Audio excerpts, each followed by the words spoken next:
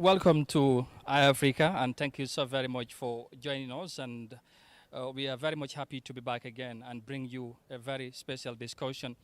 It is special because we are here for the first time to bring you a discussion, of course, that is going to be very interesting, I hope. And we are having a discussion with the party leader and the Secretary General of the Gambia Democratic Congress, GDC, Honorable Mama Kande. And of course, this is the first time that he is speaking to Africa, and I hope it's going to be a special one because we hope, of course, to deal with very pertinent issues and matters happening in the country.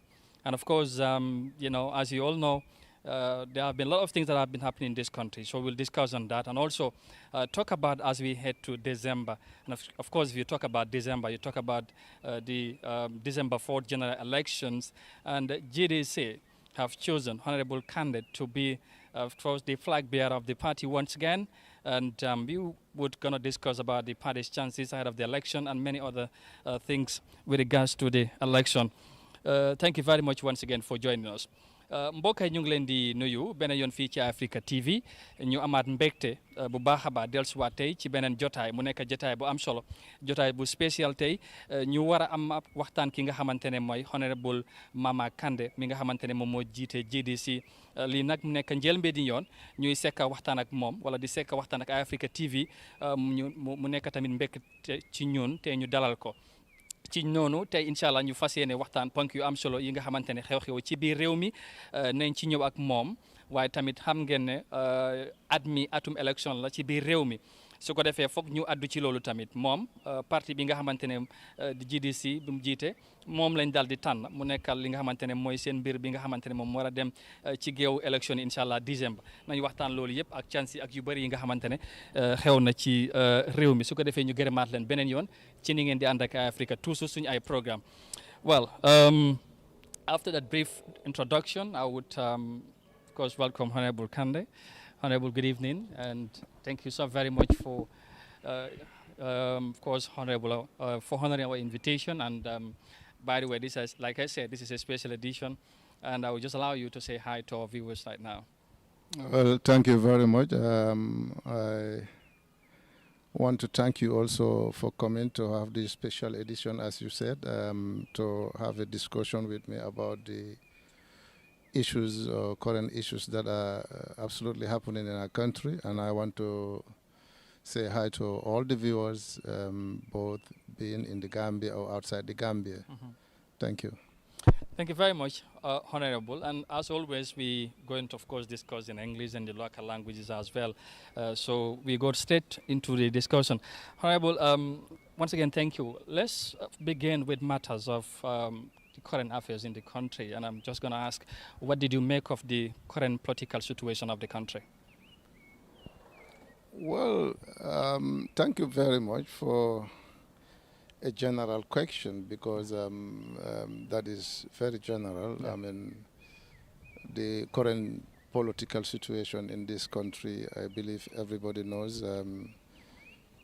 This year we're going to face the presidential election, December 4th. And I strongly believe all political parties and all interested candidates who want to vie for the office of the presidency are in the preparation. I mean, there is almost very little time. So it's like everybody is busy, you know, trying to canvass some votes, you know, for their party or for their candidate. And I think this is very hot at the moment in the Gambia. Yes, so. I mean, you said it's very hot, and are you worried or concerned of the political tension or situation? As you know, there are a whole lot of talks.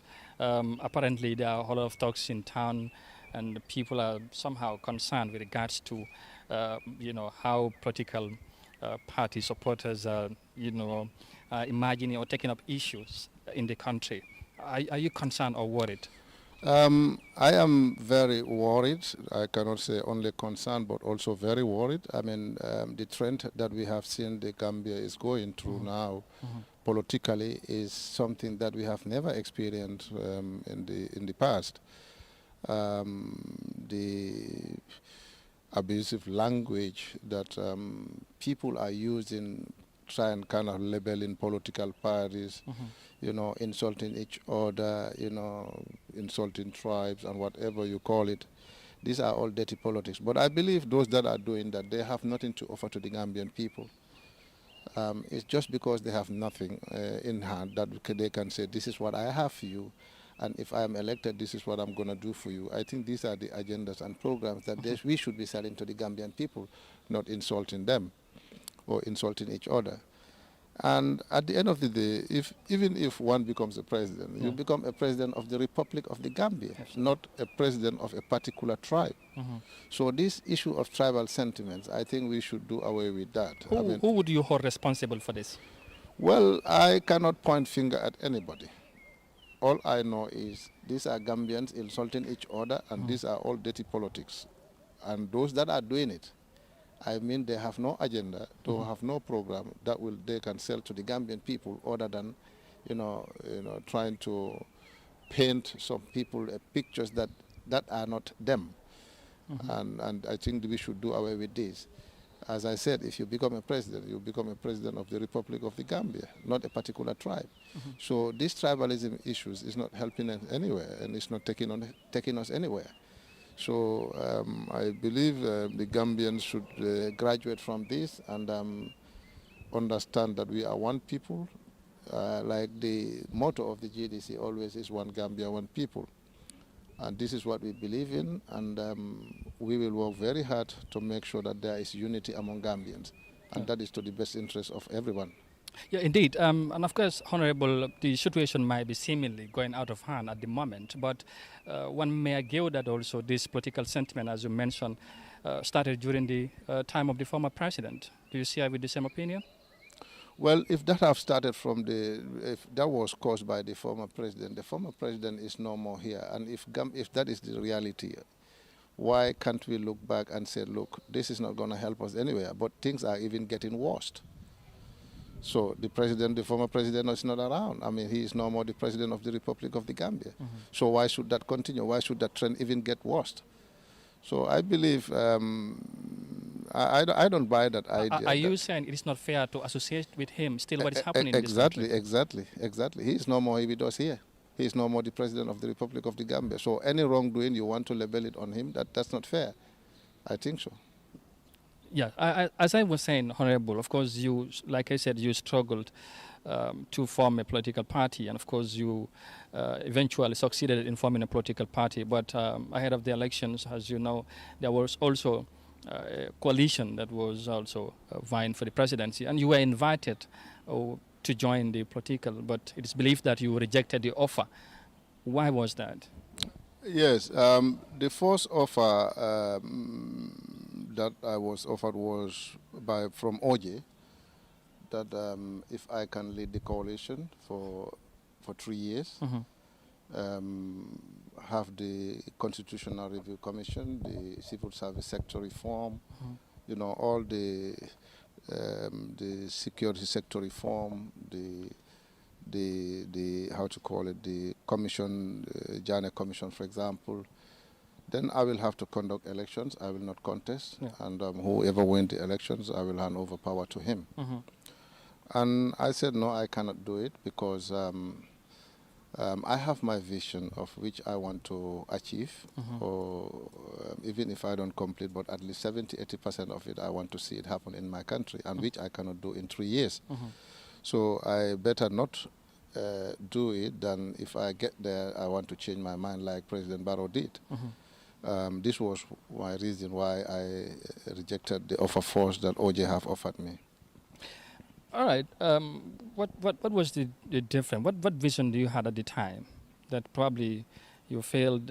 I mean, you cannot accomplish in 3 years before the elections. Well, I have a lot. I mean, as you can see, I mean, they have programmed themselves very well, which I believe there are a lot of intellectuals who have come up with a very good manifesto. Hadn't been that they go through or they went through their manifesto, I don't see any way that they could have gone wrong. Unfortunately, it didn't happen, and nothing have happened since then.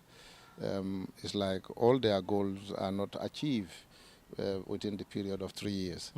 So obviously, for me, it was not about the transition. It was about coming and serving as a president, not as a president of a transition, but to make sure that my dream of the Gambia and how I want to see the Gambia's future is achieved. And that is to talk about education, health, agriculture, security. All these things cannot be completed within a short period of time. I mean, at least, I'm not saying I can do it in 10 years or so, but maybe after my tenure in office, if someone comes in, we'll have to take it from there, and maybe very soon in the future, we will achieve our goals and have a better Gambia that we are all dreaming of. All right. Now, what were your perception about Barrow as a candidate at the time, and have anything changed since then? Well, I knew from that time the things were going to happen like the way it is, because I did not have very much confidence in Barrow, and Barrow knows that very well. I am on television. I mean, we know each other. We age mates from the same area. But I know him very well. He came here several times to come and join him. Yeah. That was in 2016, before they even joined the coalition, that I should come and join him as a UDP candidate. I said, no, I can't do that. Why not you come and join me, if that is the case? But I knew this was going to happen. So many things happened, my brother. And this is simply because? Why do you feel it could not happen at the time? What could not happen? You join in Barrow, or Barrow come in and join? No. Barrow came as a UDP candidate. I mean, there was no coalition then that he wanted me to go and join him in UDP. I said, no, I have registered a political party, and absolutely I have followers, I have supporters, and I cannot just come and join you like that. You there leaning on a party. You don't have a party. But if at all it is the issue of me coming the same area with you, then why not you come and join my party if that is the case? Because this is the first time a citizen of Jimara registered in a political party. All right. Now, you did not join the coalition, and eventually we all saw what happened. There seems to, fell apart along the line. Do you feel vindicated of not joining the coalition 2016? Yeah, of course. I mean, there was a question I asked them when they came here and they don't want to let me behind, that they really want me to join the coalition. I said, if I join the coalition, there will be no changes in this country. And the question was, you've been here with Jammeh for 22 years. Yeah. Have you ever had one single political rally where you have one or two people from the APRC to come and join any other political party? Did it ever happen? Just name me one. They couldn't. I said, so Jammeh was kind of carrying 72% support in this country, whether we like it or not, that's the fact. And if you cannot reduce that support, how are you going to win him? And these people that are following me, that are rallying behind me, they know you that you are here and you've been here years, but they have never supported you. So I think me joining the coalition would be something else, seriously speaking. All right. That's it. At the time, of course, you opted to run as a candidate, and of course, you feel also you could not join, the coalition. Maybe, of course, to join with President Barrow as the candidate. One may feel you prefer Jammeh than to Barrow. I think now majority Gambians prefer Jammeh than Barrow. Oh, really? Now, of course. And it is because? I contested in 2016, not because I hate Jammeh. No, I believe it's my right to vie for any position in this country, and I have no grudge against anybody. But the fact is that the change that every Gambian was expecting is not happening. So if you fight so much to bring a change, and you end up saying, oh, we wish Jammeh was here, then there is something that we are regretting. So I think every Gambian have seen what is going on in this country. There is no security, the high-rocketing prices of essential commodities like food, all these things is increasing by the hour. And things are getting just from bad to worse. And nothing is happening, and everybody is keeping quiet, especially the system. They're doing very little to help rescue Gambians to where we are. In fact, they're just busy buying vehicles, bribing people, telling people that I give you this amount of money and a vehicle so that you support me. So they don't care what is happening in this country. Okay. Yeah, here again, of course, I know we will talk about Barrow's leadership, in just a moment. But then, again, considering what we also are enjoying right now, the democracy in Barrow's time. Barrow never gave us the democracy. We gave ourselves a democracy. This freedom of speech that you are talking about, we fought for it, including yourself. We all fought for it. So nobody is giving us this. We're giving it to ourselves. Mm-hmm.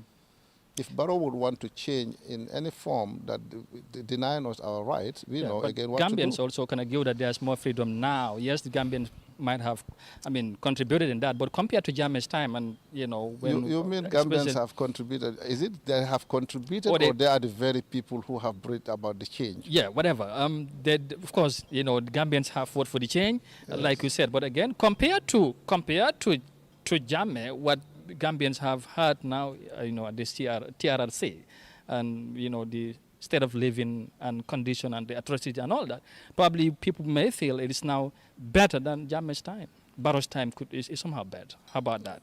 Our time, I can say. I'm not saying Barrow's time. Our time. Yeah, but Barrow is the president. Yeah, exactly. So but it is Barrow his time. cannot deny us our rights. Nobody can deny us our rights anymore. You see, the beauty of the change in 2016 was that for the first time, we changed our leadership through the ballot box. Yeah. For the first time. That was the beauty. And that was an achievement that every Gambian, including those that were in the APRC, it's an achievement. It's a Gambian achievement because we know what to do to whoever in that office want to deny us our rights. We know what to do without taking a gun or whatever. We know where to go and how to do it to get him out. So that was a big achievement. So I think that was just the beauty of it. I don't want to give Barrow the credit. People have struggled so much to get to the level that we are today. Yeah. All right. Now, of course, let's now get to the Barrow's leadership. It is 4 years, so 5 down the line. What will be your assessment or appreciation of his leadership? 4 or 5 years now, the whole period kind of fall down to a disappointment. Gambians are disappointed because, as I said earlier on, the coalition, they have a very beautiful manifesto that they have submitted to the IEC, which I said hadn't been that they followed exactly what is in that manifesto, there was no way that they were going to go wrong. Is that Barrow's fault, do you think? Who is he? He's the president. Yeah, he's the president. Yeah. So I thought it was duty bound on him to make sure that he respect what they have agreed, he respect what they have put in that manifesto. They've talked about the security sector reform. It's not happening for 4 or 5 good years now. The civil service sector reform is not happening for 4 or 5 years now. The Jammeh Commission was completed. Recommendations were made. They've started selling Jammeh's asset even before taking it to the High Court, which was all illegal. All they did was illegal. You see the Constitutional Review Commission. They've spent so much money, at the same time undermined the draft constitution in Parliament. Yeah, we'll get so, what have they achieved? What have they achieved? All they have promised Gambians have failed. Yeah, again. Just name me one thing that they have achieved and have done it correctly. If we are to talk on the coalition also, Honorable, there were an agreement. The members of or leaders of different political parties came together, including Barrow as the candidate at the time. They went around the country and made a promise. But, in less than 2 years, they fell apart. And Barrow was just left alone to run the country. One may argue that was also not. Do I want to say that Barrow was left alone?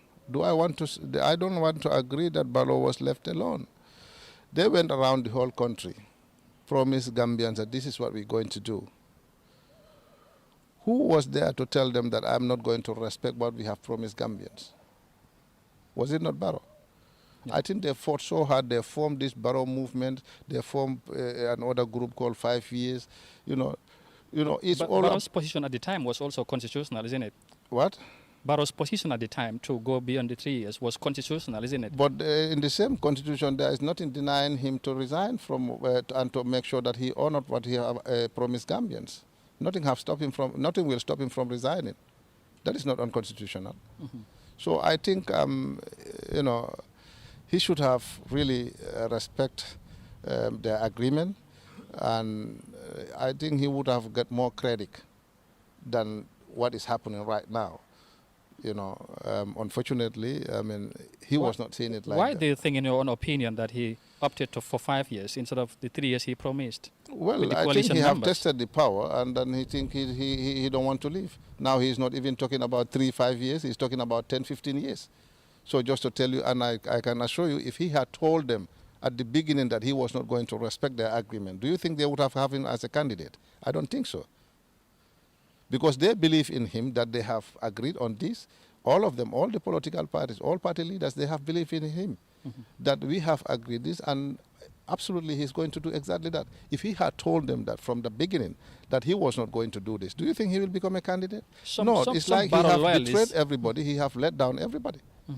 Yes. I was going to say some Barrow loyalists may argue that also Barrow was betrayed by some of the political coalition members, some political parties who are part of the coalition, for supporting his agenda as well. For supporting Barrow's agenda? For not supporting his agenda, I wanted to say. Well, it doesn't matter which agenda. They have one agenda together. And if he go out of that agenda, obviously he will not get their support. They have one agenda together, and it was a transitional government. So if you want to go out of the agenda, do you think they will agree with him? He should have gone out of the agenda from day one and see if he will become a candidate. He will never become a candidate. Are you saying Barrow is responsible for the coalition's failure? Of course. If it is me, I will tell whoever asks me to do anything otherwise, I will tell him, look, this is what I have agreed with the people, and I'm going to respect that.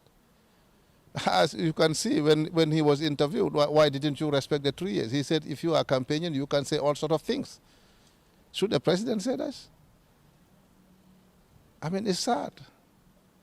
But what would you say to those people who may say also, Barrow probably he wanted to respect the 3 years, but the issue of 3 years started when the UDP leader was Barrow wanted to respect the 3 years? Because he didn't show us any sign that he wanted to respect the 3 years. Yeah, but prior to the when we get to that situation, Barrow never said that he was not going to respect the 3. But Barrow people wanted would say is when Barrow wanted it, because the point is, if at all there is any betrayal between Barrow, UDP or whatever, then Barrow was together with UDP and want to betray all the rest. Because where Barrow announced that the president is UDP, the vice president is UDP, the speaker is UDP, where are the other political parties? And Barrow knew very well that he resigned from the UDP to become an independent candidate. And that was the reason why, because they all want to have equal rights to the president. They don't want to see a president from a particular political party. Based on what you said, would you have described that as a UDP-led government?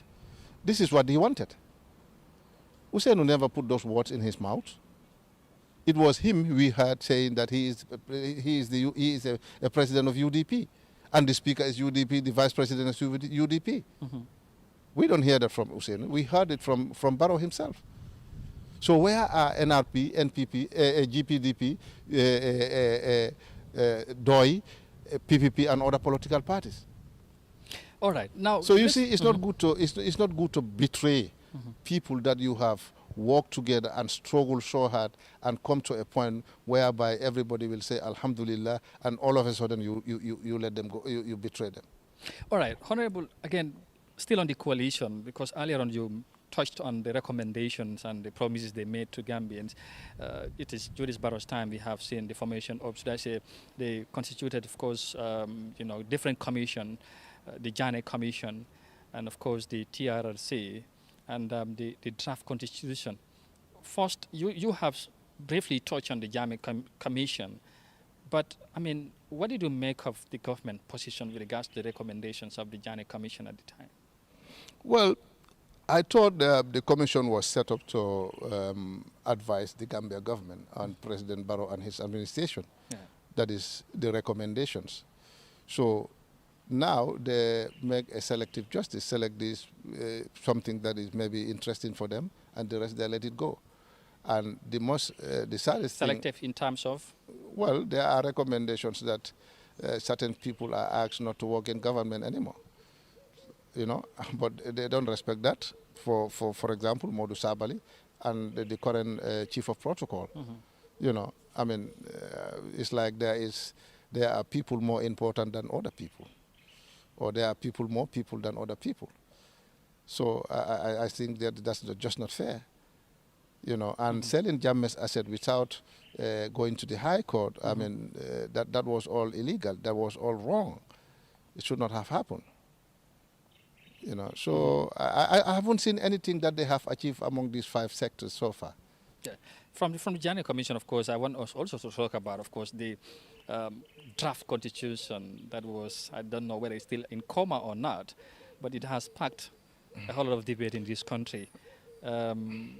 What did you make of that? And of course, we have seen some of your National Assembly members did not support it, despite your party came out saying you are in for the draft. Yes, those that did not support it, the draft constitution, maybe they are talking with Barrow, or they are working with Barrow, or they're going with Barrow.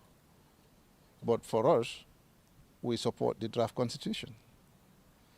And we can say it very loudly. And I think this is one of the things that Barrow administration should have been very proud of. At least we have achieved this. This is ours. You know, because the commission went around the whole Gambia talking to everybody, to all political parties. They went out of the Gambia to the diaspora, met many other Gambians outside, and everybody was expecting this. You know, and all of a sudden, you yourself, you went to undermine that draft constitution, and they were jubilating, partying that we have butchered the constitution. Is that not a shame? That is too sad. All right. Over $100 million was, invested in the draft constitution, and it was stopped at the National Assembly. And you were once a member of the National Assembly. How would you describe as to the manner in which it was kicked out from the National Assembly? No, the parliament was totally politicized. You know, so many things happen. I mean, some members, or there was this campaign that if you allow this draft constitution passed, that meaning you are introducing gay marriage. I mean, we are not mad to introduce gay marriage here in our country as a law. I mean, if anybody that will introduce gay marriage in this country would be Barrow. Oh, really? Yeah, yes, because we have seen his interview in London when he went there. What he responded to those journalists about gay issues here in the Gambia. He said, we don't have a problem of that. We don't have that problem. But he wasn't specific at the time, was he? Yeah, but we have a problem with that. That's the fact. In the Gambia here, we have a problem with that. And that I can say very loudly, it can never happen here. Okay. Of course, after that, there were consultations that, went, of course, in for some time, and of course, one of which you traveled out of the country. You went to Nigeria, and you were part of those that traveled to Abuja for further discussions in a way to revive or to resuscitate the draft constitution. And your travel to Abuja also, triggered a whole lot of concern for many Gambians. Many believe it was no need for Gambian politicians to travel all the way to Nigeria. Absolutely. Would you still defend your position of traveling to Nigeria? Absolutely, it was. For me, it was no need. When I was called from the Ministry of Justice, my first question was, why should I go to Nigeria to discuss about my national constitution? Yeah. Secondly, who is going to foot the bill? And they said, no, Honorable, this time you just have to help us. Let us just go. I mean, we are not footing the bill. It is international idea that are in charge. Who was who? This is an organization. I mean, this is the organization they believe was in a position to help mediate the talks between political parties. Were you contacted by the government in any way? I was contacted from the Ministry of Justice. So you were convinced by the Minister of Justice to go to Nigeria? It's not that I was convinced, but after talking to them, I tried to contact my colleagues as party leaders. They said they have received the same call, and the excuse was that if we don't go, Or if I don't go, they will say, you see, these political, they are not concerned Gambians. So we all went. But Honorable, as a political party leader, you were traveling to Nigeria in something that you do not believe in. Yes, because I know, I know that nothing was going to change. I told them, even before going. But wherever I go, even in the sky, as long as it is about my country, I know I will defend my country to the latter. The interest of this country will always be defended. Did you consulted your party members, executive, or maybe some of the party members? I did some of the members, because yes. many were also saying some of you traveled because of the padiums that were involved. Padium, that was what padium was involved? 100 euros? That's I don't know, but that's what some Gambians are again also. No, I don't think so. I mean, we were all there to, to still render services to our nation. I mean, trying to come together and have a draft constitution pass. But the argument always, or the disagreement is between the two political parties, and that is Barrow's camp and the UDP camp. That's all. But all other political parties have supported this draft constitution. All right. Now, again, we are still in this situation. We don't know what is the state of the constitution as of now. But do you think personally there's a way out? Before elections, it's not possible. Maybe. I don't think so. Okay, before December? I don't think so. I don't think so. Okay. I don't think so. That means we would be going for the election with the 1997 constitution. And that means? Well, I don't see the 1997 constitution as a bad one. There is no good constitution, perfect one. You can't have it anywhere in the world. You amend your constitution, clauses or whatever that you think is not to the interest of the people. The 1997 constitution could have been simply amended to suit the interest of every Gambian. You don't need all those millions of dollars to spend. But if they make everybody believe that the 1997 constitution is that bad, and they want to come up with a new constitution, at the same time they failed, this is sad. So you think it's failed? Yeah, they have failed. All right, you seem to be not satisfied with the government's position and the way it handled with the Jammeh Commission, with the draft constitution. How about the TRRC? Now Gambians are waiting for the final submission of the recommendations. What did you make of the entire proceedings of the TRRC as we await for the recommendation from the Commission? Well, you have touched an area, it's a wide area, and it's a very difficult question maybe, but I will do my best as I have my own analysis, that is my own idea of what have happened, how I have seen the whole TRRC. Yeah. Yes, I want to thank everybody who have been part of this TRRC, those that have come to respond to the call and have said a lot already of what have happened, atrocities, so many ill doings according to them. Yeah. For me, for now, this is just one-sided thing until we hear from President Jammeh, because he is not here. I mean, I think they are not still able to reach out to him, but I believe he have his own story. So I cannot make any conclusion that this is exactly what happened. If it is that bad, those that have come out to say that I have killed, but I was asked to kill. Now, victims are concerned based on how you also seen or described the way government treated with the Jammeh Commission and of course the draft. They are worried whether government would respect or implement the recommendations. Well, what's your view on that? We will come to that. I'm not sure. I cannot talk for government. I mean, what they are going to do until now. But do you think, based on what you have seen so far, that the government they have would shown us? I mean, I don't think if nothing is going to come out of this, you know, because they have failed in the first complete part of it, that is the Jammeh Commission. And then I don't know what they're going to do with the recommendations of the TRRC. And as I said, for me, it is still not completed because you have heard only one side of the story. Yeah. You really didn't heard about Jammeh's story. But everybody is putting... Many are saying what we had for almost 2 years or so that should be enough an evidence that... Yes, it's big. I mean, for 2 good years, people are talking, they're giving stories. But I think it is not bad to hear... You're still not convinced? It is still not bad to hear from Jammeh. It is still not bad to hear from Jammeh. And there are a few things I have personally observed, and I am not looking down at the TRRC or those that were in the TRRC. Yeah. Maybe if the time allows, they would want to come and enlighten Gambians on certain issues. And that is first, on the issue of Sana Sabali. I mean, we have all seen how emotional everything was. Everybody feel, so emotional the way he was treated. But the attempt coup that they've talked about, I can't remember the date or the year, but where he have come out openly and admitted that he asked or he gave the order for those people to be killed.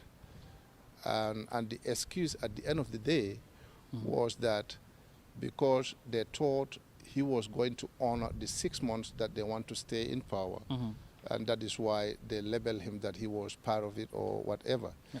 But my question would be, if these people want to overthrow the government, and fortunately for them, everybody was arrested and they failed in their coup, and they were going to stay only for 6 months. Why was it necessary for these people to be killed? After 6 months, you are going to hand over power. Yeah. But you still went ahead and asked those people to be killed. Why was it necessary? It's a question that they failed to ask. You have a concern with that? I have a concern for that because the issue was that there was a coup, and for them, he insisted that they were only going for 6 months, nothing more than that, as they promised Gambians.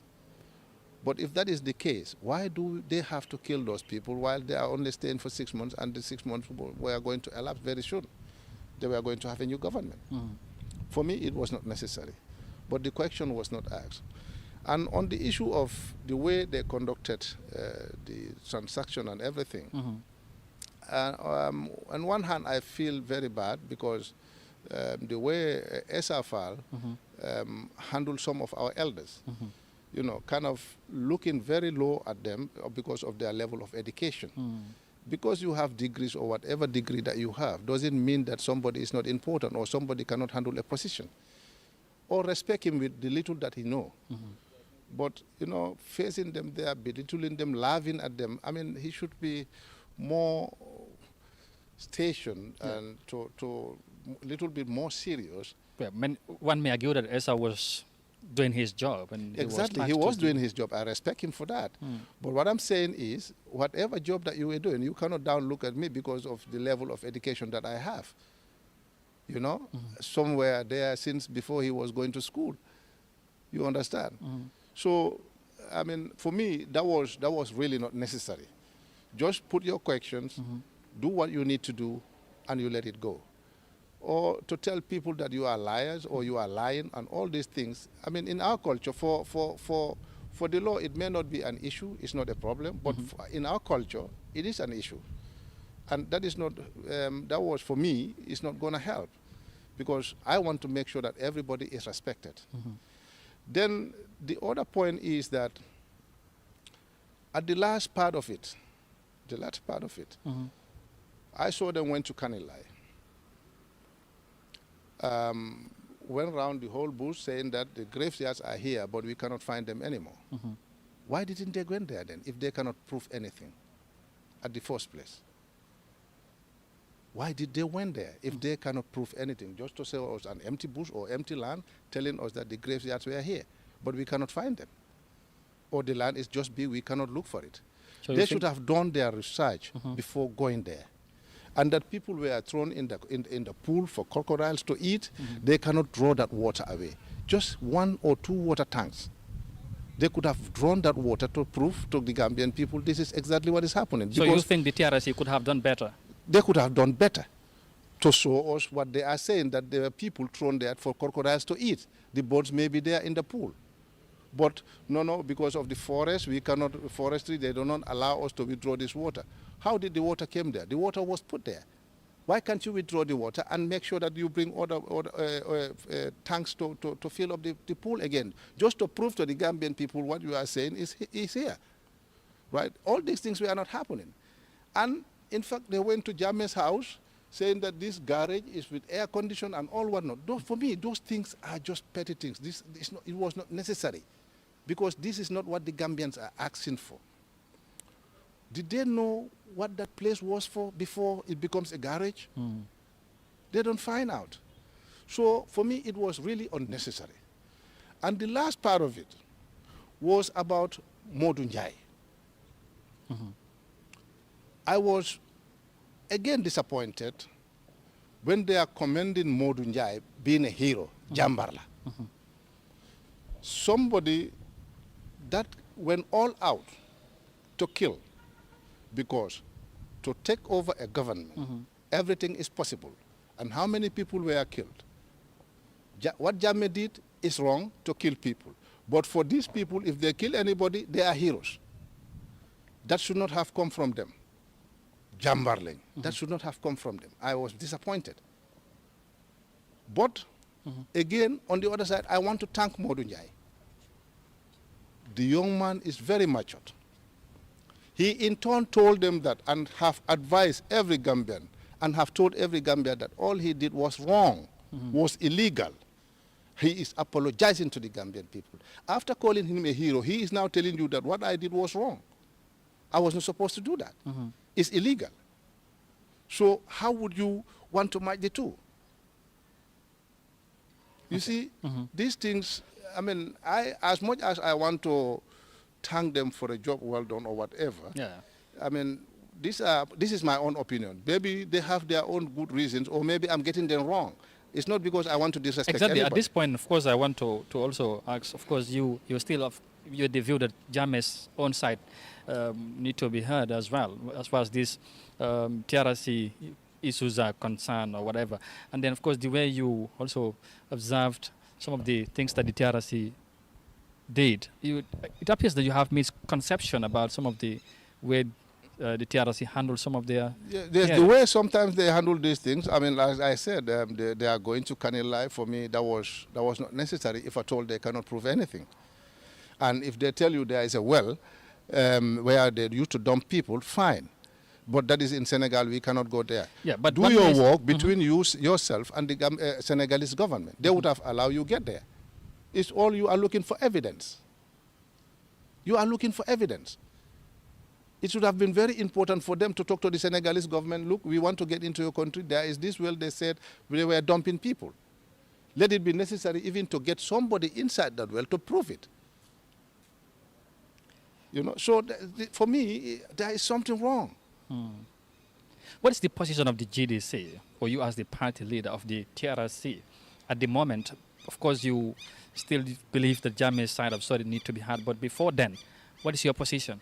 Well, before then, I don't think we want to hear what their recommendations are, and we want to see what the government is going to do with the recommendations. I heard of recent that they want to change the name of the arch to something else. Yeah. For me, the TRRC is not the courthouse. They are not the decision-making body. They cannot do that. I mean, I don't think if it is even right to say that it is SFL. I don't believe that. SFL, all he can do is to do his recommendation. It is now left to the Gambia government or to the president to implement that recommendation. But don't you think the victims also deserve that? To deserve what? Naming the... Well, whatever. The victims can be named something else. They don't have to be only the arch. Why should you even want to change the name of the arch? You see, we have to learn also how to be appreciative.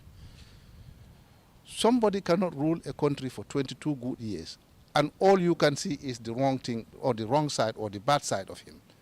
You cannot see one single thing that he have done good. That is just not fair. I'm not supporting Jammeh here, But let us face it, if Barrow will do anything in this country, good things, and at the end of the day, we Gambians don't want to recognize that, I mean, then that's not fair. So for me, it is not even necessary to change the name of the... there is something that you can do for the victims, which is more important than naming a place after victims. In a UDP, because this is just making people to remember what happened, if that is exactly what happened. It's not even correct. Those victims is just making people to recall. And you are talking about truth, reconciliation, reparation. So how can you repair and you want to name something against the victims? When everybody comes there at any time, we'll have to remember this is what happened here. And you're making people angry again. For me, I think that is not fair. Yeah, what they should do, let them see the victims, whether 300 people or 200-something people. Let them give each $5 million. Let them go and start their life. Let them not waste anybody's time. And we close the chapter and move on. But you seem to be taking this so simply, Honorable. No, I mean... After all what we had heard from... After all what we've heard. Yes, if you jail Jammeh, how many people are you going to jail? Yeah, but the people are... No, my question is, if you jail Jammeh, how many people are you going to jail? No, people are seeking for justice. This is what I'm saying. Yes. Justice can be done.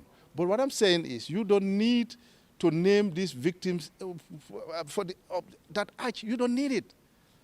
What you need is what can you do for these people to start a fresh life? In that, I would have got. I'm going to ask, in a GDC-led government, what would have been your position, or how would you have handled this situation? I would have first considered the victims as they are victims, to give them whatever we can for them to start a fresh life, open a new page. Then the justice about Jammeh. Yes. I mean, Jammeh is a Gambian. He's a human being like any other person. If you do wrong, you do wrong. The law is there. But it is just not fair just to tell everybody that he is doing wrong or he have done wrong, and you stop it from there and have your evidence according to us here, and that's it. No, Jammeh will be called, or Jammeh should be called to answer some questions. Maybe there are a few things that they have said which is not correct. But as he is not there, everybody can frame him, everybody can say it was said, Jammeh asked me to do this. Well, in a GDC-led government again, probably the way you are responding seems, I mean, you would not have done anything until when you heard from Jammeh. What can they do? Or act on the recommendation probably from the TRRC. No, the recommendations, well, let's see what's going to happen to them. So now, I was going to have reconciliation commission. You see, my friend, in Africa, we should be very mindful if we want to see a new Africa, if we want to see a better Africa. You see, this issue of revenge is not taking us anywhere. If we want to open a new chapter, we should learn to forgive. So many things happen in many countries. But at the end of the day, they sat down, they discussed, and live in peace. And they are moving on. And things that have happened in the past will never happen in their countries again. We have also learned our lesson. I see no way we cannot achieve the same goal. But nobody is stopping justice to be done. So you think what we have seen in other countries could also happen here? Exactly. That's your view? Yeah, can happen here. We have seen Ghana. Do you see any signs of that? Any possibility? Well, as we speak? I don't know. I don't know. Let's see what the government is going to come up with, the recommendations from the TRRC. What are you expecting from the Barrow's government as far as the recommendations are concerned? That most of the recommendations will not be implemented.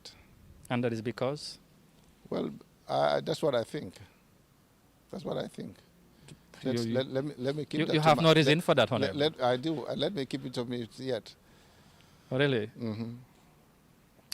All right. Let's move on. Of course, we have dealt with some of the Barrow's government, of course, and some of the promises he made forming this commission that we have talked about.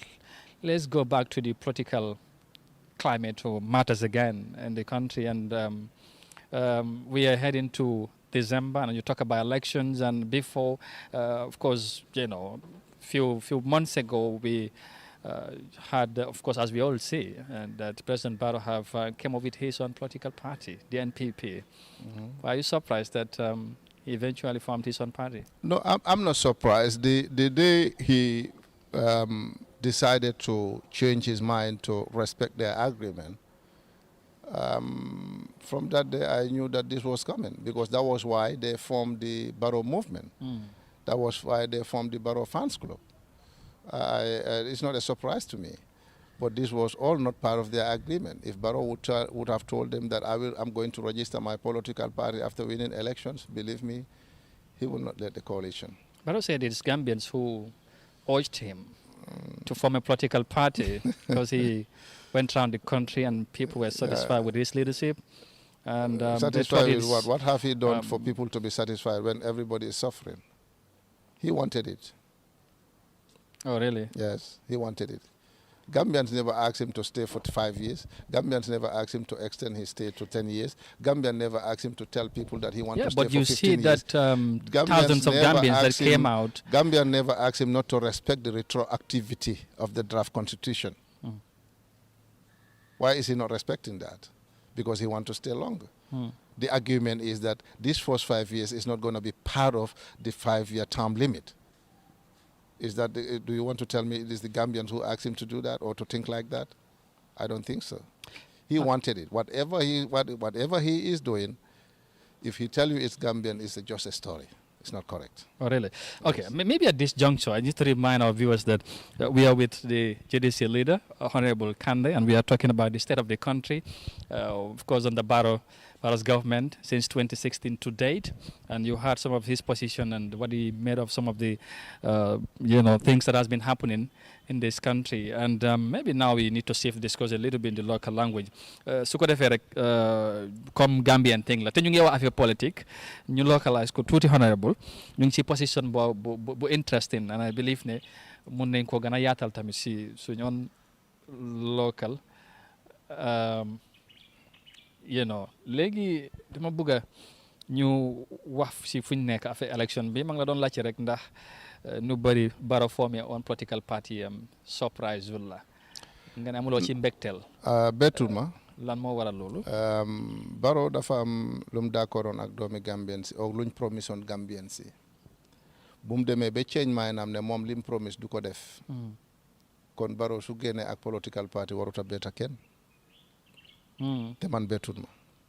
moo taxoon gars yi form seen fans club yi Barrow youth movement and all what not. These were all never part of their programs. These were all never part of their agenda in 2016. For Barrow to form a fans club or a party or a movement. Wow. So gis nañ a lot of time bu mu buggee register the party, it was a way of convincing people that for them to get their voters card to sign for him. Wow. Most of projects that were supposed to be implemented by government, they were diverted to the movement, Barrow Youth Movement. Wow. And these people will go around telling people that, look, ñu ngi amee project da nga indi sa voters card nangam ak nangam dinañ la indil project dinañ leen sampal ay juma dinañ leen sampal ay bohol all what not. waaye loolu nekkul ay tuuma tamit presque nga foog. well comme ana juma yi ñu sampa ñu waxoon na fi ne dina sampa 60 juma gisaguñ ko. gisaguñ ko de. ok ba léegi ci wàllum political party because ñu bari ñu fare ak président Barrow lu ñu lay wax ak moom sax def ko de wax léegi dafa wër réew mi dem Gambien si doylu ko ci jaama bu mu indi ci freedom bi waaye ci development si mu ngi tabax ay bridge yow fi nga dëkk URA te xam naa ne yëg nga ci dara ndax doo dee jógee boori Jimara wala Basse ak tamit schools yi moo sampa yooyu yëpp xëy na Gambien si tamit dañ ko doylu ñu ne ko na sampa political party am tey ndax jàppaloo ne loolu moo ko gën a ñaax mu form political party dama gisut lan moo tax Gambien si war a wax Barrow formal party moom moo bëgg a form party because when Gambian waxut ko ne bañal Gambien si waxuñ ko ne bañal nga forma li nga promise Gambien si waxuñ ko kon moom la neex Barrow waxatutoon ñetti at Barrow wax na juróomi at Barrow wax na fukki at Barrow mu ngi wax fukki at ak juróom kon loolu du Gambien see ñoo ko waxloo ba pare dama gisul benn development bu Barrow def within this period lii jar Gambien si jóg naan Barrow formal sa parti. waaw gis nga lonci ni parti bi lu ñu fa gis. musut fee am mu feesal stadium. ñëw waaw façon loncin bi de musuma koo gis. waaw ci nit. de maa ngi ñëw danga ma laaj kay. waaye man ma wax suma bos. bul wax sa bos. waaye ci luñ gis tamit nit ñi. waaw gis nañ moo tax ma ne la façon loncin bi musuma koo gis. because loncin bi ñetti fànn la am. fan mooy lan ak lan. benn bi bu ma gisee di Barrow di dem si stadium bi xale yi ko topp. Barrow bu mu duggee si stadium bi mu ngi fees te loncini parti benn yoon la moo am. waaw. right waaye bu Barrow di wax stadium baa ngi empty te ñooñu su fekkee ne Barrow moo leen fa tax a ñëw. Barrow moo leen fa taxoon a toog. te benn yoon la moo am du am ñaari yoon. kon waroon nañ am jot bi pour toog ñu déglu Barrow. waaye Barrow bu ma wax stadium baa ngi empty ndax yow gisuloo woon loolu. non waaye du man sax honorable li xew mooy te tamit xam nga ku dem ba pare xëj na tamit ba pare sax yaa ngi doon wax ne xale yi te mun nañoo wax la ñu ne. njiit ak xale ndaw yi ñoom ñoo ko war a mun a su ma ne xale yi vidéo yaa ngi am bu mooy dem xale yooyu wax dëgg yàlla du loolu la ñuy wax ci xale pour xale yi war a jàppale président. vidéo yaa ngi am. waaye li ma la bëgg a wax tamit mooy. waaw stadium waaw. benn yoon la moo am. bu Barrow di wax ndax stadium bi empty wut. waaw stadium bi fees. stadium bi dafa fees bu Barrow di dem. waaw bu Barrow bi loolu léegi lu feesal stadium bi est-ce que jàppaloo ne ñoom Barrow. goo ma ne jënd na kenn. wala forcé na kenn I have no proof. li tax stadium bi fees waaye dégg naa which I have no proof of. ñu ne dañu wax nit ñi ne Wally Seck mooy ñëw foofu. te duga bi free la. kon dafa waaw xam nga ñu ne. su màgget reeree bukki dem puub ba jaw su ko bukki bi lekku tamit nuru na. parce que ñooñu su fekkee ne mbiri Barrow kese moo leen fa indi woon kon waroon nañ am time bi pour toog xaar Barrow wax. man dama dee am suma meeting si ba 12 ba 1 o'clock ci guddi nit ñi dañoo toog. ñu déglu ma kon the stadium let us admit that the stadium was empty when Barrow was speaking. It was empty. ana ñi fa nekkoon yëpp kon waxam safut leen kon du affaire am moo leen fa indi kon man de su fekkee ne dama jóg ma ne maa ngi dem tey mooy suma loncini parti man xam nga keroog bu maa def suma loncini parti in Basse ban time laa egga Basse. 1 o'clock ci guddi. the place was packed full 1 o'clock ci guddi bu ñoo jooxal it was 2:30 kon lii dafa waroon a nekk loo xam ne history la si ñoom. waaw history boobu ak ni mu amee est-ce que tamit yëngalu lu bari ci wàllum politique bi ci political party ñu bari mun naa ñu am ci tiitaange. ci président Barrow ci li mu wane ci dayo bi su fekkee ne ki war a tiit mooy Barrow. Barrow li mu war a laajte boppam ana nit ñi fi nekkoon bi maa dugg si ana ñu. waaw ñu ne ñu bari dañu wàcce woon si suuf tamit di ko déglu dañ ko bëggoon a jege parce que tamit. ba doo ko mun a gis ci vidéo yi. kon ñooñu feesoon si stadium bi yëpp wàcce si suuf pour déglu bare ba doo leen mun a gis ci vidéo yi. foog naa su amee tiit su amee ku war a tiit moom moo war a tiit parce que daf ko war a jaaxle ñii nekkoon fii fan lañ dem ak lu tax ñu dem.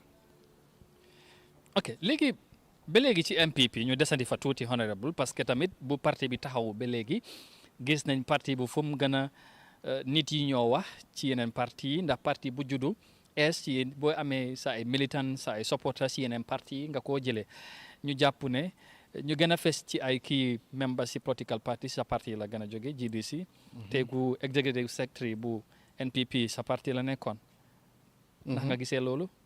waaw comme loolu for me is normal in politics because man soo seetee parti GDC 95% ñoo xam ne ñu ngi GDC ci yeneen parti yi lañ jógee kon man maay kan ba kenn du jógee si suma parti dem ci parti beneen.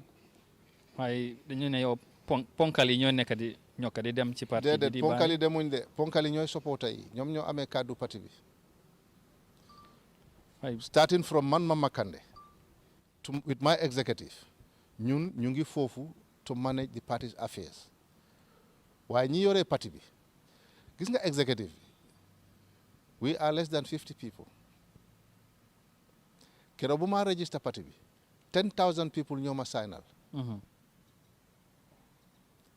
In 2017 17%, 2016 17% bu GDC am loolu dafa sore ak executive bi. waaye executive tamit da nga jàpp dafa am solo ci parti ndax moom mooy bopp bi moom laa la wax am na solo ci parti léegi nag waaye su soo fekkee ma ñuy waxee ne jën yu mag yi la pour man jën yu mag yi mooy mag yi li ko waral mooy su fekkee tey ñuy am doxalini parti bi di génn di dem dañooy jàpp ne tamit ne am na li ko waral ñu bari ñu ngi lay joxañ baaraam di wax ne GDC benn parti benn nit la mooy honorable Kandeh moom rek moom mooy buum di buum mi moo tax ñu bari di dem.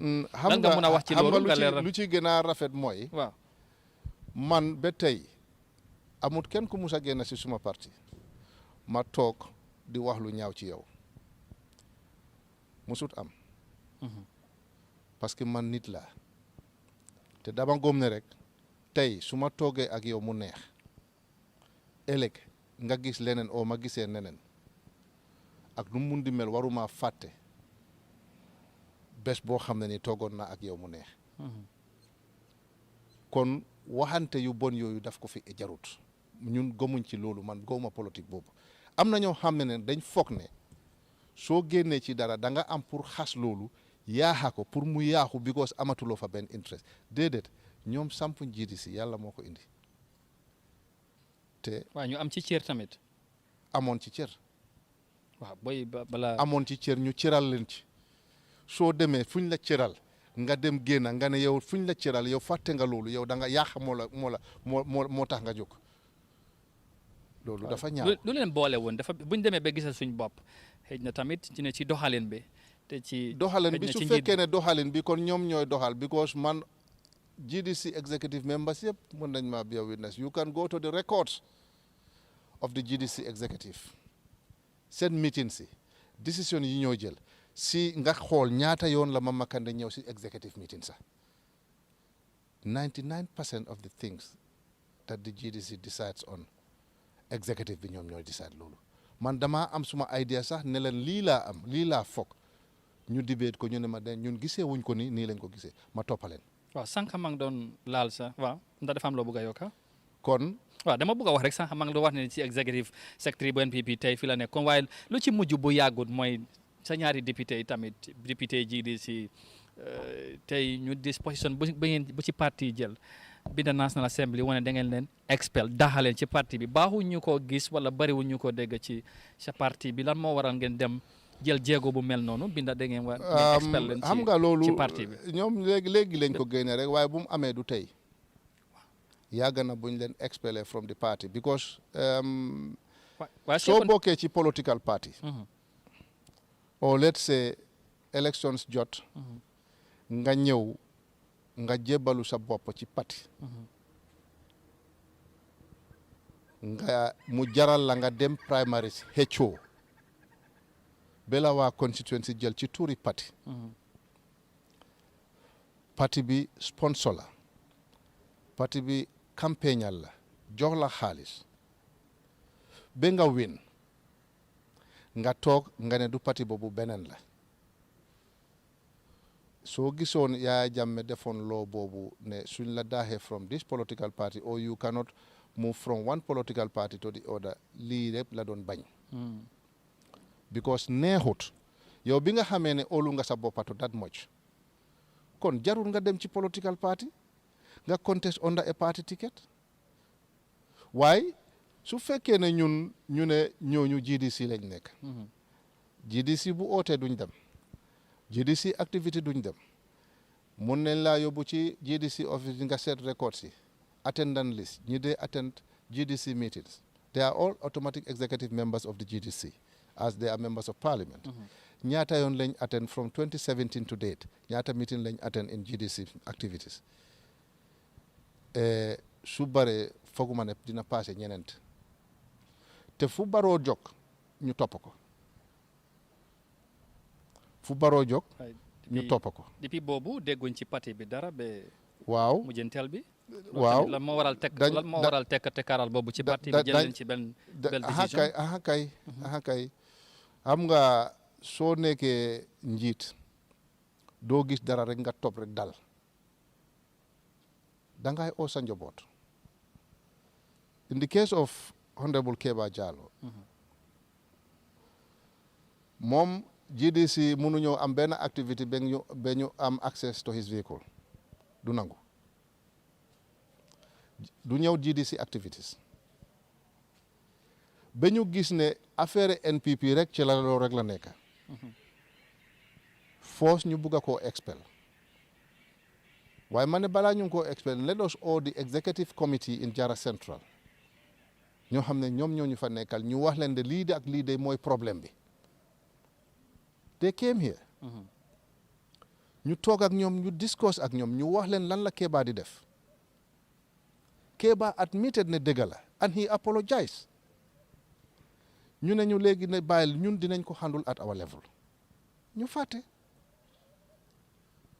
after loolu la gën a bon kon at least def nañ effort to see ne indi nañ unity te li ñu war a jéego yu ñu war a jël nañ ko waaye su fekkee ne changes dafa am la su fekkee ne yow yaa ngi dekk ci parti gomuloo parti bi kon bàyyi ko rek moo gën ndax ñoom taxaw nañ ci ay rally wax nañ ne ñoom Barrow la ñoo support waaye lan moo tax media bi pigul loolu ndeb makuñ a noise about it buñ expelé gars yi ca after expel bi am nga loolu dafa rey daxa waaye tamit nag député taxaw naan man supportuma suma parti diw laay support loolu dafa tuuti waaw non tuutiwul waaye honorable tamit si parti bu taxaw daxa ñaari député surtout ci waxtu bi ngeen ko def timing bi tey weer ak élection buñ ko defee du léegi non waaw waaye formally la fees ci député speaker bi si lañ ko dégg loolu si néegi député yi la tardé loolu si néegi député yi la tardé waaye ñun buñ ko defee du léegi exécutif parce que dégguñ tamit parti bi wax ne binda ngeen ci ngeen yóbbu ci député bi ci néegi député yi pour ngeen wane ne daxa ngeen ñaari député yi li ma doon wax tamit mooy timing bi ngeen ko def ay weer moo des balaa élection kenn ci ñoom génn si wax ne of course mu ne yow dictateur nga ci nu mu ko waxee ci ay kàddu am waaw dégg naa ñu ne Salif Diaw mu ne man dictateur la man maa leen de dictateur waaye Salif mu ne julit la Salif mu ne julit la te my brother su lekkul nii man duma dee bugg a waxtaane nit ku bàyyi parti bi because toujours dama bugg a sama kóllëre waaye dama bugg a Salif comme julit la diggantem ak yàllam bi mu jàpp ba set mu téye kaamel mu waat ne wax ne fan laa toog ak moom man fan laa toog ak moom ma ne ko demal def lii ci parlement bi ak kañ laa toog ak moom ne ko demal def lii ci parlement bi o fan laa waxee ak moom ci téléphone ne ko demal def lii ci téléphone ci parlement bi mu waat loolu su fekkee ne mus na am xam nga comme ni ma la ko waxee rek yii bugguma cee eega dafa am ñoo xam ne dañ foog ne suñ génnee dañ la war a yàqal la munuñ ko waaye li ma leen di ñaanal ñoom mooy jàmm ak fuñ dem yàlla na leen fa yàlla jox jàmm at the end of the day we are all Gambians ba pare maa ngi gërëm waa constituency am surtout dëkk bu mu juddoo parce que ñooñu seen réaction yëpp egg nañu even this last block by elections in Jokadu he was campaigning for NPP waaye dëkkam fu mu juddoo ñun dañ fa door NPP kon ñun amuñ dara lu ñu war a wax gannaaw sant yàlla gërëm waa Jokadu te moo tax na bugguñ cee wax lu bëri parce que génni golo nu mu gudd boo ko ñëppatee mu métti seen demin ak niñ demee ak ñoom balaa ñoom ñu dem est-ce que jàppaloon loolu dana affect sa parti bi tey tolluwaay bi déedéet ñoom buñ demee du léegi te parti baa ngee dox buñ demee in fact mun naa laa wax ne buñ ñëwee GDC ba léegi buñ winee elections ba léegi man last waxtaan bi ma waxtaan ak Salif bu mu ñëwee sama kër mooy Salif always su ma la gisee da nga am soxla Jokadu waaye bi nga winee elections ba léegi waruloo sa constituency waaye moo tax ñu jox la moto di la jox constituency allowance not a single time mus ngaa wóor sa constituency nga gërëmante ak nit ñi ma ne ko politique du noonu sa first 5 years nit ñi ñoo la faa def waaye sa second 5 years yow yaa faa def sa boppa de that was an advice I was advising my MP kon su fekkee ne if I have any ill intention ci Salif man musuma am lu ñaaw ci kenn ci yéen ci ñoom li ma leen mun a advice rek mooy lan lañ war a def to make sure that they maintain their sheets. Do you feel betrayed ndax ñoom dañ la jàmfaa seen dem bi. man I of course I feel bu Kéba bi bettut ma Kéba Jallow boobu bettut ma bu Salif bi moom a betta because musuma koo xelaat because musuma am ak moom issues kenn musuta am ak moom issues in the party yaa ngi dégg comme ni ma la waxee rek di last time ma gis Salif dafa ànd ak caale dem from Jokadu suma kër my advice to him was this lii laa mujjee wax ak Salif ba tey jii ba tey jii lii laa mujjee wax ak Salif waaye demam bi bettul la betta na ma di because yaakaaruma ko Salif du wax ne lii lañ ko def ak lu mu fa mun di wax rek kon xanaa mu ngi pentur bu ko neex rek. est-ce que seen dem bi tamit amul daan lu moo def ak seen position ñoom seen taxawaay ci draft constitution bi because dafa mel ni dañ ciy utee ak parti bi taxawaay wala gis-gis. moom tam ma ne la buñ demee du léegi lañ announce loolu ci parlement bi rek waaye buñ demee du léegi te yéen journalistes yi tamit war ngeen naa def seen homework bu baax ci fànn boobu because ñoom buñ annoncé ne ñoom nekkuñ GDC boobu ba léegi kenn approche leen ngeen interview leen te li yàgg na. waaw xëy na tamit luñ ci déggut parti bi wax ci wala non am ci taxawaay tamit da nga naa follow some of these things anyway let's go for another topic man du ma dee bugg a waxtaanee surtout ñoo xam ne ni at least su doon benn bés sax xam nga jàmm am na ci diggante bi kafakre everything jaru ko all right léegi ñu continuer comme ñu ngi ci political situation bi lu xew nii wax lii moom du ñàkk mënutoon ñàkk ci biir waxtaan bi pour ñu leeral ko surtout pour ñun waaye Gambien si tamit pour ñu xam lan mooy sa taxawaay ak gis-gis ci loolu moo tax ñu indi ko pour ñu leeral ko léegi ñu ngi jublu décembre fu mu nekk nii tey mooy ñaareelu fan ci weeri July lu ci des sori na voter registration bi daanaka ñu ngi ci mujjenteel bi ndax nga gisee process voter registration bi. waaw the voter registration process so far man dama ci tiit. waaw dafa tiit lu tamit because bu mu commencé ba léegi façon système voter registration bi mosuñ koo gis. in the history of this country. wiiri waara yu gaay di def di enu ay nit di jël ay fele form di stampal ñoom ñaan many agents yu bari political party agents yoo xam ne ni loolu mun naa bokk sa parti tamit wala déedéet kon yaa ngi joxoñ baaraam wane waaw bu baax sax te ñama ragaluma ko ñoon yan boobu ban parti la wala yan parti la NPP number one loolu lu tax waaw dama gis seen activities pour man nga nekk doomi réew man nekk doomi réew lan moo tax ma war a dem ci Modou Moussa di jëli ay form pour jàppale la nga mun a am voters card ndax li ma def ba dem ci Modou Moussa yow mënuloo def noonu ba dem ci Modou Moussa musuta am fii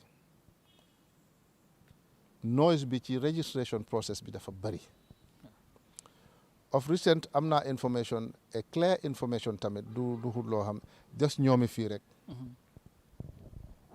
am na registration center bu fa nekk boo xam ne ni our former names benn ci former names of the National Assembly dañu indi ay form ñu xool ko ànd ak seen benn kilifa ñu laaka pol waaw nañ denca yi because those kids they were under age bu ñoo laakee pol loolu IEC agent bi mu ngi toog kooku dégg na pol ñoom xamuñ ne kooku dégg na pol just because amut santi pol ñu ne nañ denca yi ñu dem jëli yeneen form gaa ñëw jël form yi si moom mu jox leen form yi ñu binda yëpp fiil mu indi mu xool mu ne leen ok ñi mutuñ duñ leen jox ñu commencé di coow di xuloo di coow di def lu nekk ba waa ji mu ne la moobtu ɗiɗo kayti wota ɓe ngandu xanaa kay loolu lu set la calagaay doog a wàcc about 16 people tey am nga ci firnde bu baax am nañ ci firnde bu baax te du foofu rek in Mankamankounda gis nañ fi xale it was all over social media xale yu ndaw ñun am nañ ci argument because NPP dañoo indi ay agent ba ma call the director of IEC regional director bu Basse because suñ gars yi dañ complain ne NPP ñaari agent lañ indi te ñun later suñu receive from the IEC dañ ne parti bu nekk na nga indi benn agent su fekkee na agent bi nga indi foofu am na yeneen yu moo def mun ngaa replace keneen which is normal waaye ñële ñaari agent la ñoo indi buñ complainer foog naa ñun yëpp dégg nañ di IEC ñu ngi announce because dañ ko doon jéem a rectify waaye li ci gën a tiitlu mooy ndax Gambien si war a am voters card yëpp dinañ leen register because of the time frame buñ joxe seen machine yi baaxuñ dañoo joxe 150 voters card or 200 maximum a day for example Nema Kunku before this registration Nema alone was like 11,000 plus close nañ Nema foofu tey boo fan yi ñu ngi bori Nema Nasirou liñ fa register is not up to 8,000 te lu ñoo expect mooy li fa nekkoon years back 11,000 xanaa loolu kay war na mun a yokku but they are getting less ba pare démba luñ register in Nema Nasirou is about 100 and something ñu ne seen machine bi loolu la mun a def machine bi daf dee tànga ante for example 20 days lañ fa war a nekk su fekkee ne let's say maximum of 200 voters card moom ngay register every day times 20 how many voters cards is that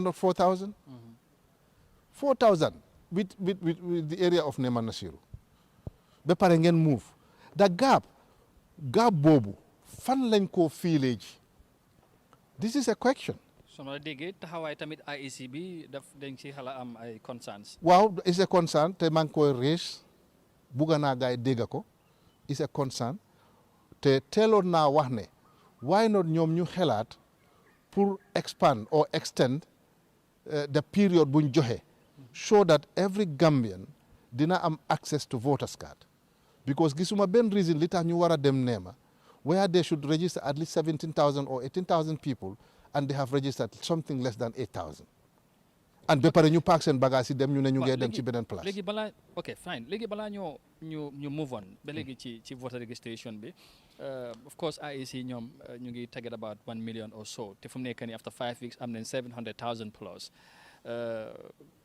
ak concerns yi ñu wax nii yëpp ñoom gom nañ ne mun naa balaa ñuy tëj on the 11th of July mun nañu what about areas yuñ close already te nit ñi yëpp amuñ so that's why I'm saying gap bu ñooy target fan la ñoo dem fiile ji gap boobu this is a question it's very sensitive they are targeting 1 million plus right li tax ñuy target 1 million plus in 2016 it was 800 something yes it's because they believe ne affaire bi dafa increase in areas like Nema fu mu war a increase they are registering lesser than that what they had before kon gap bi fu moo jógee te nañ bàyyi xel because noise bi bari na ne ñu ngey jël people from outside ñu register leen in this country noise bi bari na mbaa du ñooñu leen di register ñu bugg a fill gap bi it's a question I'm not accusing them waaye man waxuma ko te wax nañ ko fu nekk ba I have seen the Senegalese ambassador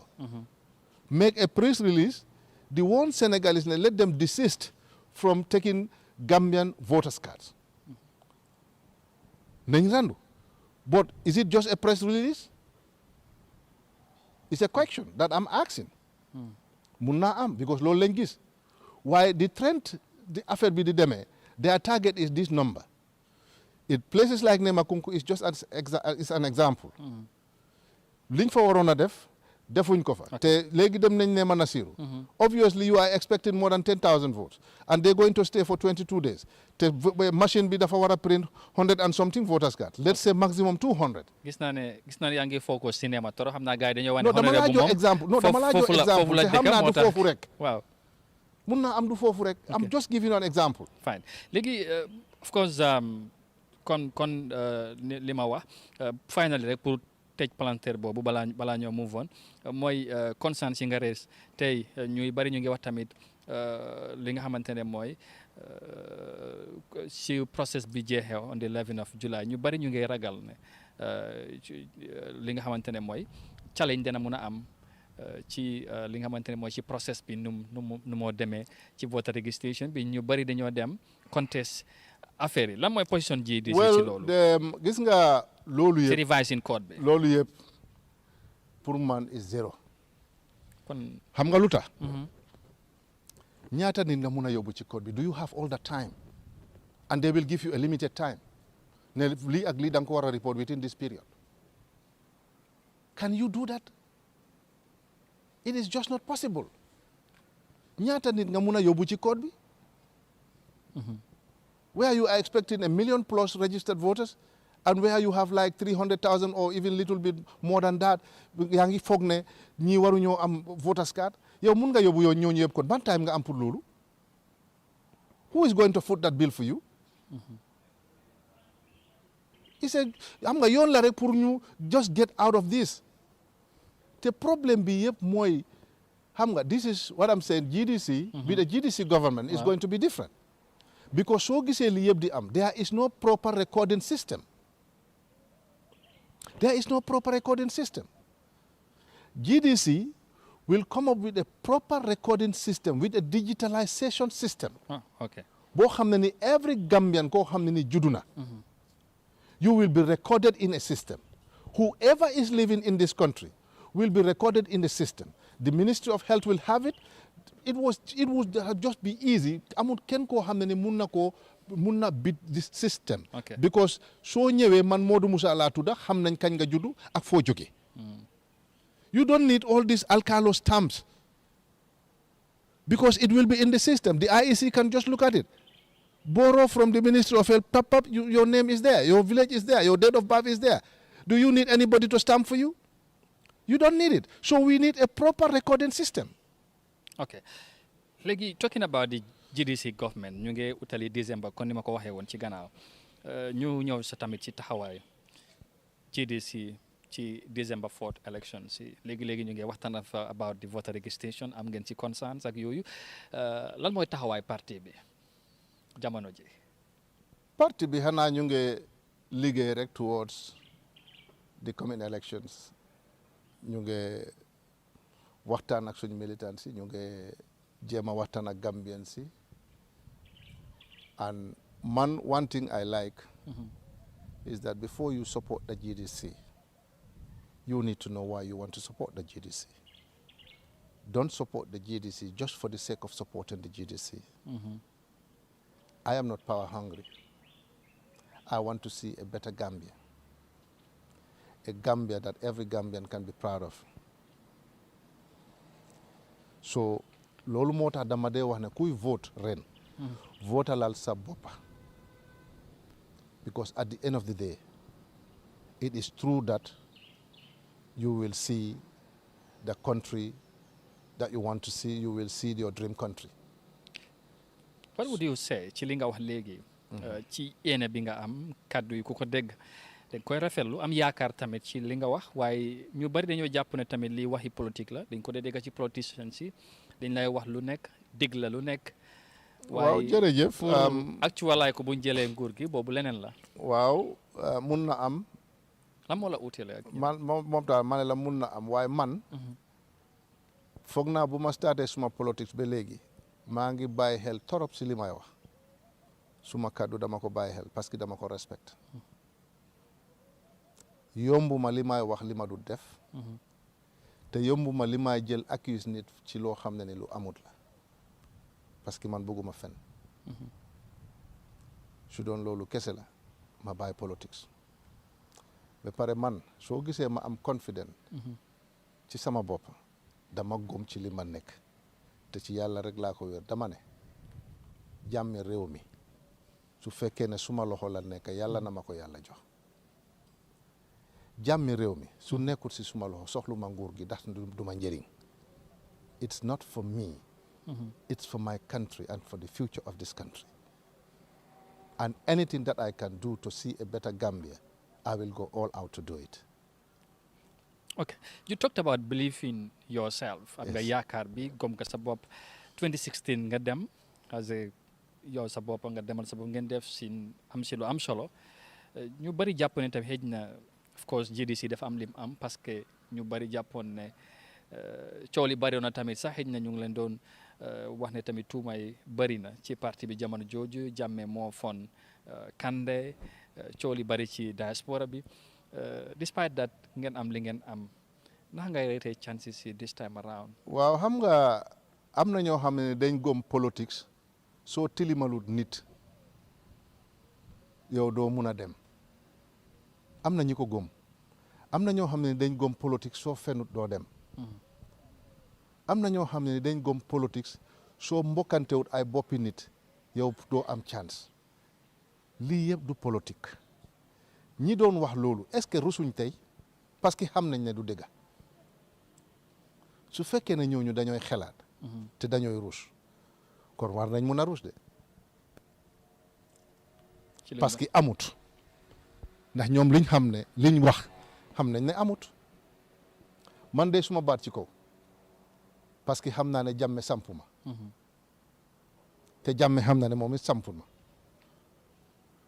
waaye am comme ni ma la koy am na ñoo xam ne ni dañooy foog ne kaay ma tilimal diw pour man ma am tur wax nañ fi ne man ak UDP ñun ñoo ànda pour ñoom loolu mooy politique man su may ànd ak UDP man maa koy waxal suma bopp. firnde bi de gis nañ gars yi ngeen ànda ci Ñaamina ñu jàppale sa parti bi despite ne. waaw waaye xam nga moo tax gis-gis bi soriwut su ma la waxee gis-gis bi soriwut su fekkee ne man dama ànd ak UDP ñu form an alliance for example comme ñoom nuñ koy waxee mbaate GDC dañ form coalition ak UDP kon man ñoom suñ ma jàppalee Ñaamina kon xanaa man war naa leen jàppal Njokaadu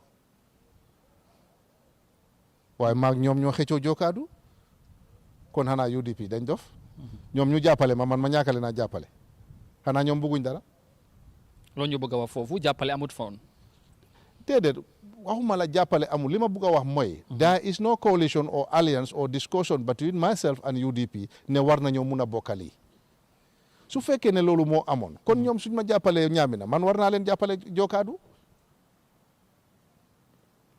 waaye loolu amut kon ñooñu ñu ko doon wax ma ne la comme ñoom dañ foog ne politique mooy kaay ma tilimal nit pour man ma am yoon waaye ñoom xam nañ ne loolu amut waaye su fekkee ne bokka la kon UDP ak NPP ñoo bokka waaw because Barrow ci UDP la jóge su fekkee ne UDP baaxut moom tey la xam ne UDP baaxut after 22 years of something together NPP de si UDP la jóge nu GDC jógee ci APRC noonu la NPP jógee ci UDP ñoom ñoo bokka de xanaa tey la ñooy wax ne UDP baaxut moom de tey la ko mun a wax soo loolu su fekkee ne jegeñante la su fekkee ne nampa la moom de ci UDP la nampe su fekkee ne jàng la ci UDP la jànge bon na UDP ci foofu la jànge baax na UDP de foofu la jànge ndax foofu la nekkoon kon ñuy wax tamit honorable ci APRC la jànge waaw man maa ngi sant yàlla di sant waa APRC man parce que nekk naa fa 10 good years as a member of parliament musuma faa am benn problème musuma am ak kenn problème dégg naa am na ñuy wax ne man maa stab UDP APRC at the back loolu du wax man musuma in fact wone suma support to any political party bu ma duggee APRC bañ ma expel ci parti bi musuta am man I was always APRC and loyal to APRC dafa am ñoo xam ne ni dañ fogoon ne man nekk foofu ak ñoom barrage la pour ñoom. xëy na situation bi nu mu demee tey ñu. non time boobu. because li xewoon man su fekkoon ne dama bëggoon a bàyyi APRC. man bu ma demee primaries in 2012 ki ma demal primaries moom ñaari nit la am man ma am 12. waaye ñu jël ko taxawuma independent te dama waaxu ba ci APRC head office bi ma ne leen tey laa gën a nekk APRC. in fact that election in 2012. dama ne gars yi jox leen ma moto ma dem dimbale Sellu Ba in Basse. Yankuba Kole mu ngi maa dégga ma dellu jógee fa dem ba ci office am he was the mayor jox leen ma moto ma dem dimbale Sellu Ba ba tey nanguwuñ ko ba Sellu daanu in Basse. then when it comes to the local government elections waa Jimara Julangel ward ñu dem primaries Yero Mbaalo ak Kanimang Sane the current chief of Jimara. Kanimang am benn nit Yero am 8 député bi nangu ne Yero leen jël. chairman bi nangu ne Yero leen jël chief bi nangu ne Yero leen jël ñu yóbbu documents yooyu to the office of the governor ñooñu ñu ne duñ jël Yero. they went to select somebody koo xam ne ni dafa musuta apply. gars yi Jimara yi mer. ñu sampaan independent buñ xamee ne dañoo almost lose that election ñu ne léegi man maa sponsor that candidate loolu lañ dem wax Yaya Jammeh I don't blame him loolu lañ ko wax. ñu expel ma from the party kon man naka laa stabee APRC si baat. loolu leer na. waaw léegi ñu continuer ba léegi balaa ñoo wax ci GDC naka ngeen fas yéene dem ci élection bi bugg naa tamit xam record bi ngeen def wala seen taxawaay ni ngeen bi ngeen am 2016 ndax góom nga ne ba léegi mun ngeen am support boobu ci Gambien si wala mun ngeen bit record boobu this time around. ñun buñ bitee record boobu du tey. because after 2016 elections ñu ñëw ci parliamentary election we maintain the same record. Local government election ñu rose to 27%. 27%. te from that day ñun noppale ko ñu ngi ci politique. ba pare GDC def nañ fi lu benn political party musuta def in terms of supporting the masses dimbale baadoolo yi lu benn political party musuta def ci Gambie. loolu mooy lan. projet yu ñu nekk di implement ci àll bi di jàppale nit ñi. projet yu loolu ñëpp a ko gis. yu mel ni comme lan. fii fu yàqu-yàqu am fii ñun GDC ñun ñoo faa jiitu lu tuuti luñ am ñu ekkati joxe ndox luñ fi joxe ci ndox dafa bëri. in North Bank alone more than 37 projects GDC implement na ko foofu dinañ go round to all our project sites make sure ne nit ñi ñooy waxal seen boppa fekk du ñun ñoo wax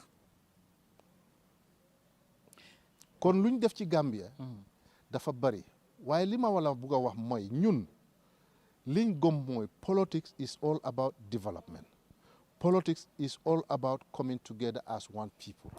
moo tax whether we win elections or not as citizens as Gambians suñ amee lu ñu war a contribute towards national development we will always do. fine léegi ci contribution boobu taxawaay parti bi ak li ngeen def ak defin bi ak funding bi xaalis bi naka la ko parti bi mun a defee te nekkaguñ ci nguur yaa ngi koo wax def ngeen lu kenn defut bu boobaa tam ñu laajte lan moo tax GDC mun a def lu beneen parti mënul def xaalis bi fan la jógee am na ñooy waxtu tamit Hamidou Dia xëy na moom mu ngi jugal loo xam ci GDC ci yeneen project yi ndax loolu mun ngeen ci koo leeral. man gowuma loolu. am na wala amul honorable. dama ne gowuma ko Hamidou Dia Gambien la. mooy ñu jàpp ne kon. maa ngi ñëw comme que da nga laajte kay Hamidou Dia Gambien la Hamidou Dia nag loxoom dafa gudda luñ koy ñaanal mooy fan yu gudda ak wér gu yaram li moo jàppale ci Gambians.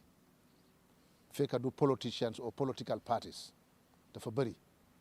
waaw but in this contest bi GDC mooy loo xam mu ngi ci. kon Hamidou Dia rek moom moo fi nekk Gambien ku am xaalis. non du moom rek waaye bii bosam. loolu ñu ngi koy accuse rek Hamidou Dia suma rakk la bu maa xam Hamidou Dia ak tey loolu du tey politique bi taxul ñu xamante kon buñ léegi bu jàppee tamit si GDC lu muy def yaa ngi bëgg tamit loolu tamit aayul. Hamidou su fekkee ne mu ngi jàppale Mama Kandeh daf maa jàppale as his brother not as a political party or as a party leader li ma def ak Hamidou loolu duhut fii laa koy waxtaane Hamidou is a family affaire yi politique nañ ko tegee side fële GDC lu ñoo contribute ci dëkk bi dafa bëri. waaw ci bëriyaay boobu. moom laa lay wax. du of recent gis nga yeneen parti ñu ngi commencé di wóor tamit di joxe. xanaa kon Hamidou moo leen di jox. waaw fii parti bu fi def dara xanaa fekk Hamidou moo lay jox buñ tilimal dara nit ki. ñu jàppale comme dara raxu ci politique nga bëgg a wax. déedéet. waaye ndimbal am na. si kan. seen diggante moom ak parti bi. su fekkee ne ndimbal am na suma diggante ak moom loolu suma diggante am. loolu parti bi laa wax no that have nothing to politique. parti bi laa wax moom laa la wax moo tax ma ne la politique bi nañ ko tegee side fële. suma diggante ak Hamidou Magaraka lañ ñun nag lu ñoo dox suñu diggante lu ñun ñoo koy dox. xam nga pour mu gën a leer mooy sa diggante Hamidou loolu. kenn ko wax da nga ko bëgg a accuse ne da nga ma bëgg a accuse ne Hamidou moom mooy sponsor GDC. loolu waxuma ko Gambien si ñooy laajte ne ñuy dégg ne loo xam mu ngi ci sa projet yu GDC def am na amut. yow yaa jiite parti bi lañ bëgg a am. amut leer na. amut loolu lañ bëggoon a dégg. waaw amut. cant dañuy wax rek waaye amut. ok léegi ci position comme ci chances yi ñu doon wax tamit ba léegi ci GDC xam naa ne loolu sànq maa ngi ko doon laajte sa waxit na dañ ñu xala rëcca fan nga measure seen chances yi ci December election bi. chances yi ñu ngi si kanam rek force rek si kanam rek. na GDC boppam lay demal wala da ngeen ubbeeku pour ànd ak beneen political party. non GDC ñun GDC is not a giant party boo xam ne ni su moom pour moom kenn rek moo war a dem déedéet ñun dinañ waxtaan ak all the political parties including NPP su buggee rek nañ bokk ñëw. yes. yow ubbi ngeen bunte pour ñëpp. yëpp. comme Gambie mun nañoo ak lu ñu waxtaan mun nañoo xaar NPP ak GDC tamit am coalition. yëpp they are all Gambians we have no problem. loolu lu yàlla boole rek mooy dem. loolu ci bu boobaa naka lay demee ndax coalition nag fa am ko jiitu ndax da nga bari Barrow mu jiitu nga topp boobu si suñu waxtaan lay des. waaye mun naa am. mun nga bunta boobu moom mun naa nekk. waaw moom laa la ma ne. kon si xam nga fu mu jaar kenn a jiitu. waaw waaye nga tànn NPP rek. am na ñu la jege bokk si yow jàpp ñoom dañ gom ne loolu munta nekk GDC buy ànd ak coalition yéen yow yaay jiitu ñu topp xaw ma yow sa position boobu noonu nga ko giseel loolu nga am wala comme ni nga ko waxee bu waxtaan amee amaana mun ngaa bàyyi dellu gannaaw kenn jiitu nga topp jàppale. moom laa la wax foo gis mbooloo dajee rek foo gis mbooloo dajee rek fuñ jaar am kenn ku jiitu. waaw loolu am na. waaw loolu la rek waaye gisuma lu tax ñu tànn NPP spécial dama ne all political parties. ban parti moo gën a jege ci fekkee ne am na waxtaan bi ngeen door ñu bari tamit ñu ngi wax diggante GDC ak APRC. waaw su fekkee ne jege la GDC de ci APRC la jóge GDC su fekkee ne xamante la. miinante la GDC de ci APRC la jóge waxuma nag dinañ ànda o duñ ànda. waaye nag su fekkee ne xamante la ak miinante. GDC de ci APRC la jóge ndax man APRC laa nekkoon.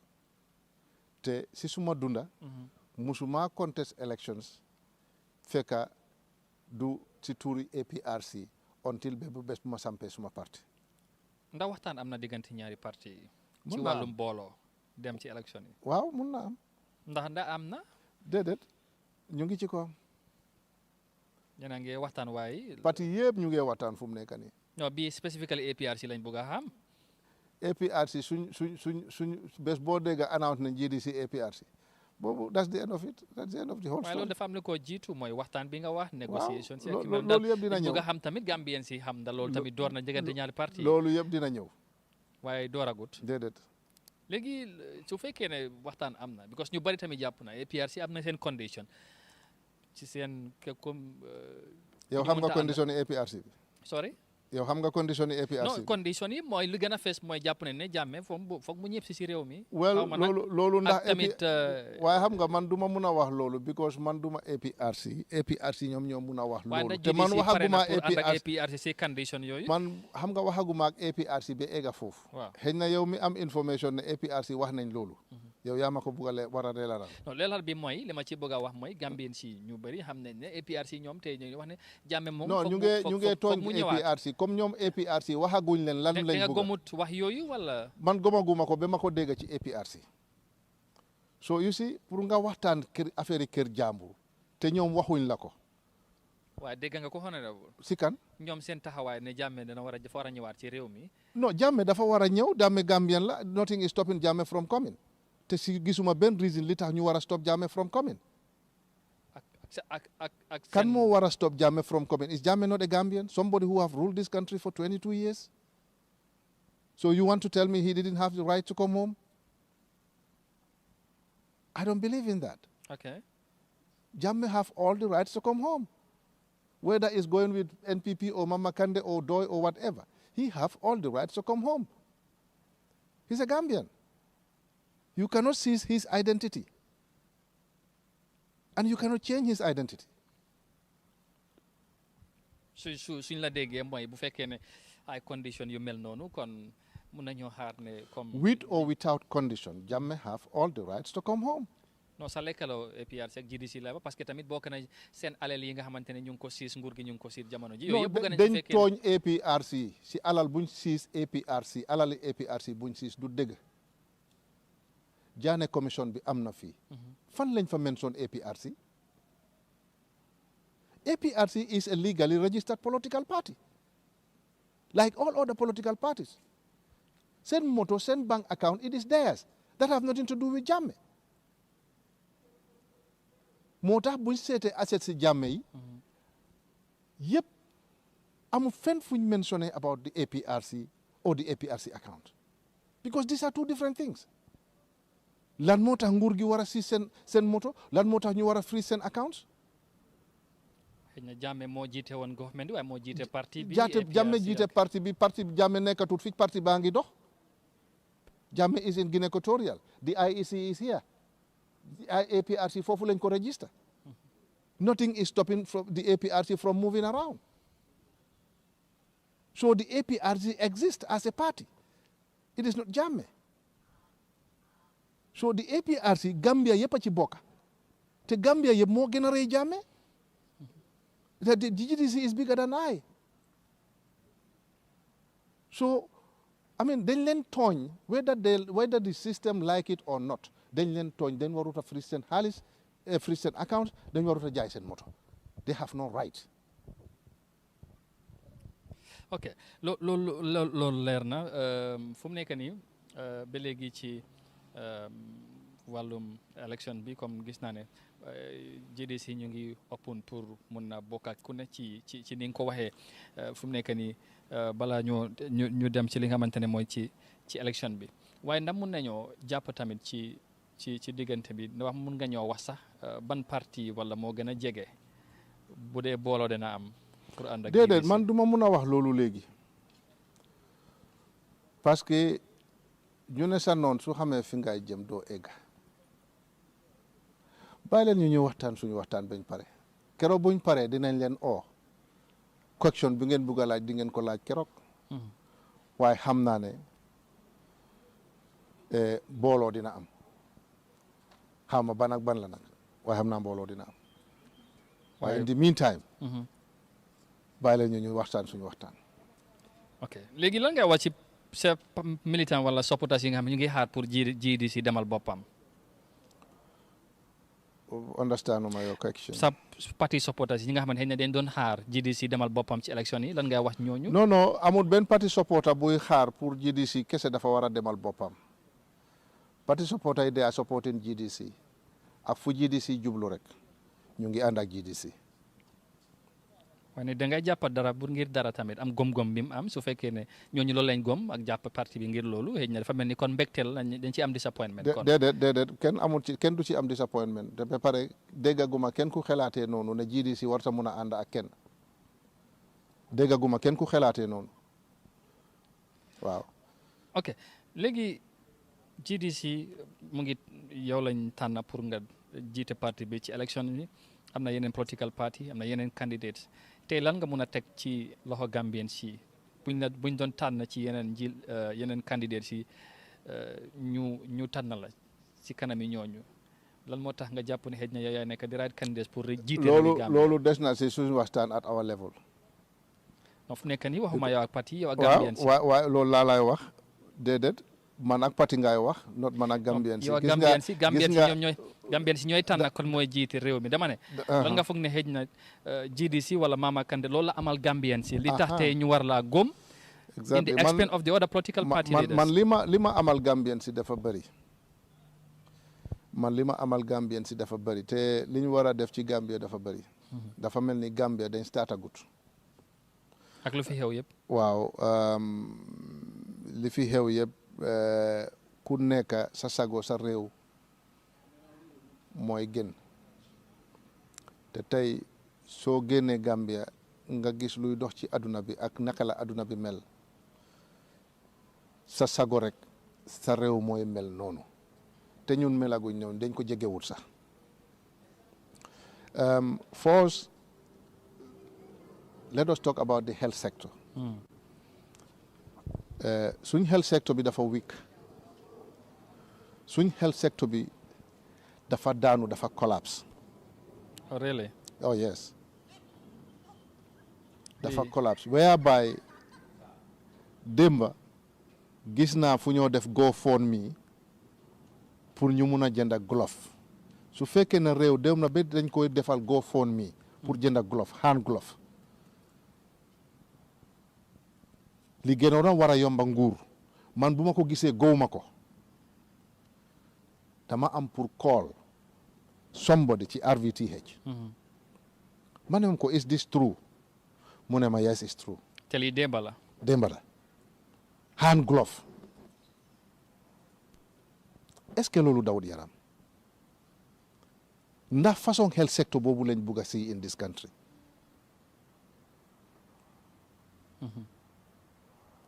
so GDC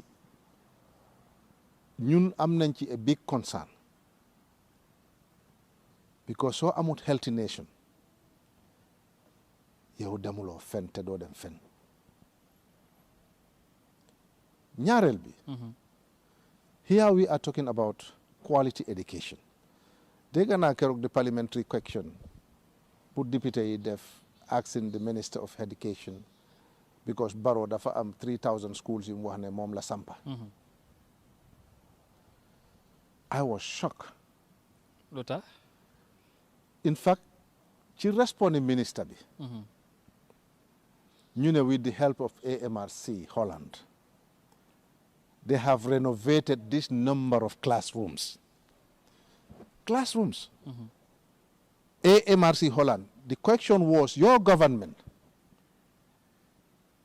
ñaata school lañ sampa you're talking about the government not an institution like AMRC but the answer was AMRC have helped renovate this number of classrooms, this number of toilets. Ne Barrow bu mu toogee ba léegi na samp na 60-something schools. But I would still want to engage the members of parliament. Nañ ñu wax fan ak fan la schools yooyu nekk ak kañ lañ ko sampa. ndax gomuloo ko wala dañ ko gisut. I want to see. Bugga naa koo gis. waxuma la classroom yu ñu renovate but complete brand new schools 60-something bugga naa xam fan la and I believe Gambians also want to know where waaye in the meantime maa ngi congratulate Barrow for coming up with 61 schools waaye bugga naa gis fan la schools yooyu nekk. Is that not contradictory? Si ko waxee gisuloo ko yaa ko delloo njukkal waaw gisuma ko maa ngi ko comme que loolu lañ wax maa ngi leen naa delloo njukkal waaye bugga naa koo gis su fekkee ne am na dinaa leen tàccul su amul nag dinaa leen wax ne they are misleading the Gambians because question was the government, not an NGO or another institution different from government. So nga jàpp ne taxawaay nguuri Barrow ci wàllum education ak health bi dafa weak because if you look at the Gambia College today, let's say 1,000 students are graduating every year, qualified teachers or HCC.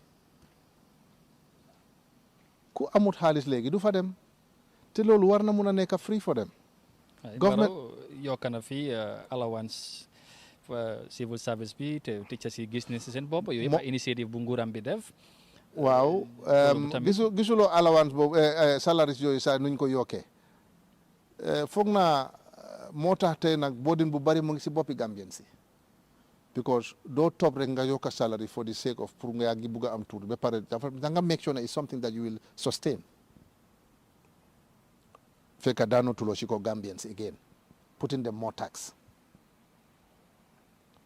Right? I will be very happy. Dinaa gën a kontaan su ma gisee our teachers who are less paid will earn more than they are earning because we need quality education. Ba pare teachers yi dañ leen war a motivate dañ leen war a encourage pour ñu mun a génn especially around the greater Banjul area ñu dem ci àll bi because ci àll bi education bi foofu dafa loo trop.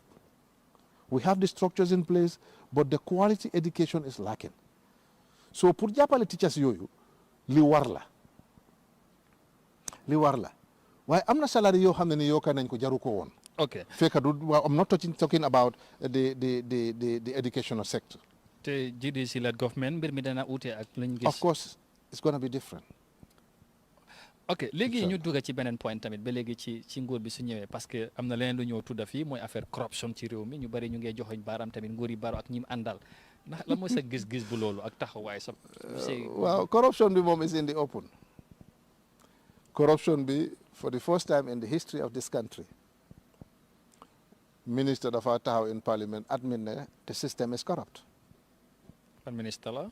Minister of Health def na ko. Of recent, and I want to congratulate the members of the National Assembly, all of them, but especially Tumanjai. Then summons the Minister of Fisheries to the National Assembly, asking important questions. But finally, then got pinned down, and he admitted all they were doing was illegal. A minister. That shows the system has failed. What is wrong with these people? Yow yaa ngi am agreement boo xam ne ni laaj nañ la ko laas yaa nga ne loolu amut dis yaa nga ñëw nga ne am na and you went on to say you have been discussing with the members of parliament over and over and over waaye musuloo nangu ne this agreement exists tey nga admit ne the agreement is there. loolu la firndeel ci nguur gi. That they have failed. All they are doing is all about corruption. They are not competent. What is wrong from them bringing the bill or the agreement to the National Assembly, new scrutinize if they have nothing to hide? Why was he denying them? Why was he refusing that there was no agreement? Mag bu em ni kooku taxaw ci parlement bi naan waaw liñ def de du yoon nangu naa. That is an insult. A minister. For how many years? Ba pare for 4 good years foog naa ñu ne 71 million lañ mun a dajale. From the fishery sector. 71 million. For 4 good years? Is that not a joke? And this is not the first time. They have this agreement of this hot pursuit between the Gambia and Senegal. But Senegal start to execute their mandate or the functions whereby Gambians were not even aware of there was this agreement. It was a parliamentary question again that summons the Minister of Interior or the Minister of Defense to the National Assembly. That was the time they know that there was this agreement they called the hot pursuit. And he was asked why this agreement was not brought before the National Assembly. The excuse was the COVID-19 and the agreement was 2018. With regards to the fisheries minister, before we move on, so am na ñu am beneen gis-gis di wax ne Barrow daf ko war a daaxa su fekkoon ne comme GDC leader Barrow daf ko war a daaxa corruption yi xew kan la fi Barrow daaxa Can't we say that they are together in this? bu doon GDC la moom konoon taxawaay bi lan lay doon. daf du yàggee foofu sax because Barrow any agreement boo xam ne ñu ngi koo sign diggante Gambia ak beneen réew.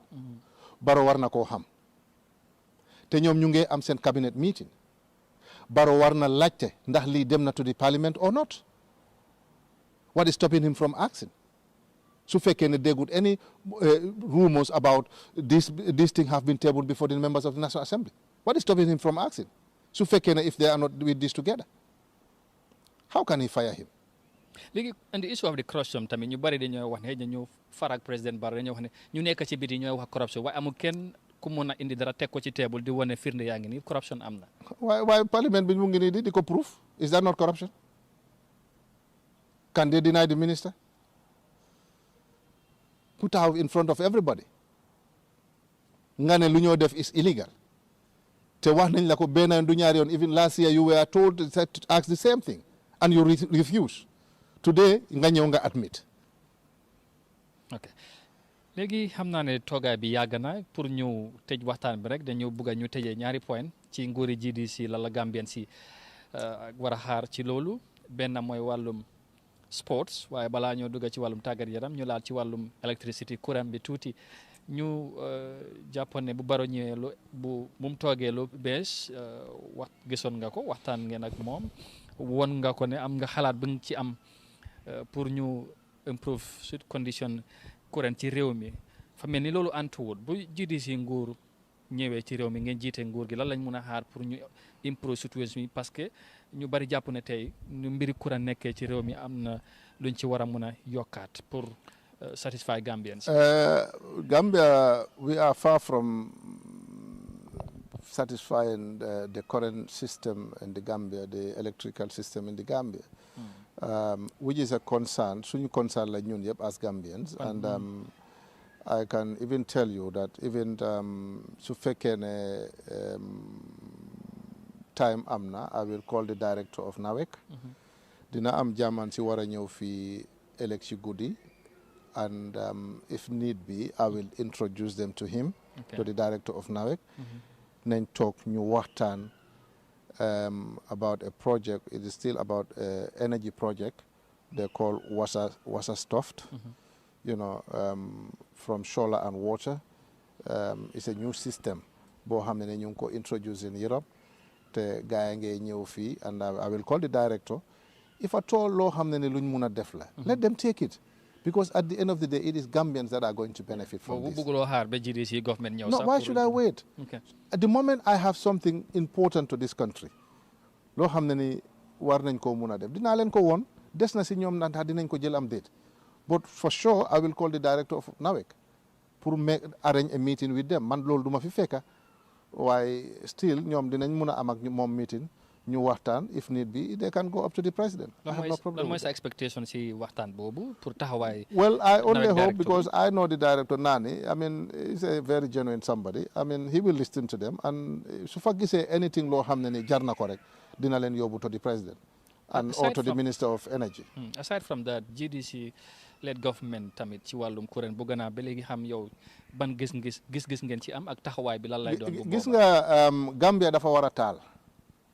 Gambia dafa war a leer te leeragut. No bara nee na nag réew mi bëggul lëndëm tamit. Barrow ma bëggul lëndëm waaye de lëndëm bang ñoo bëgg a rey nag.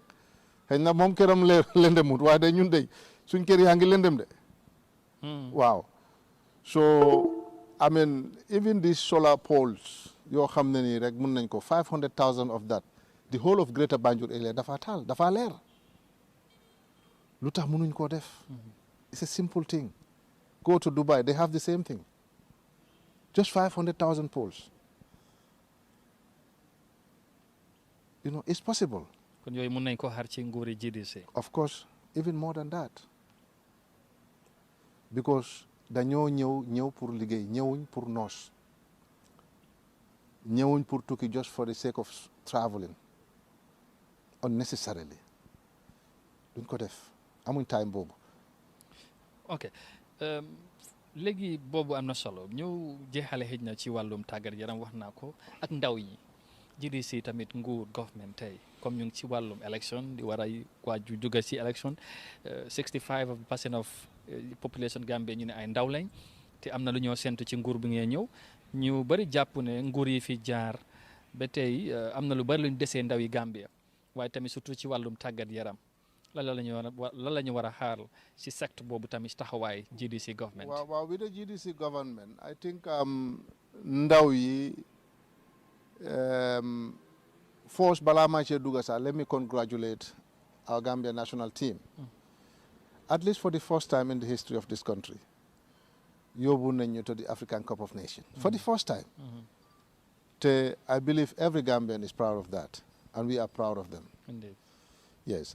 So that alone war na motivate ku nekk ne ndaw yi dañ leen war a jàppale waaye fan lañ jaar ba achieve this loolu waruñ koo fàtte always to make sure that ñu maintain loolu su fekkee ne leneen moo fa nekk dañ koy yokka waaye tàggat yaram is not about football only.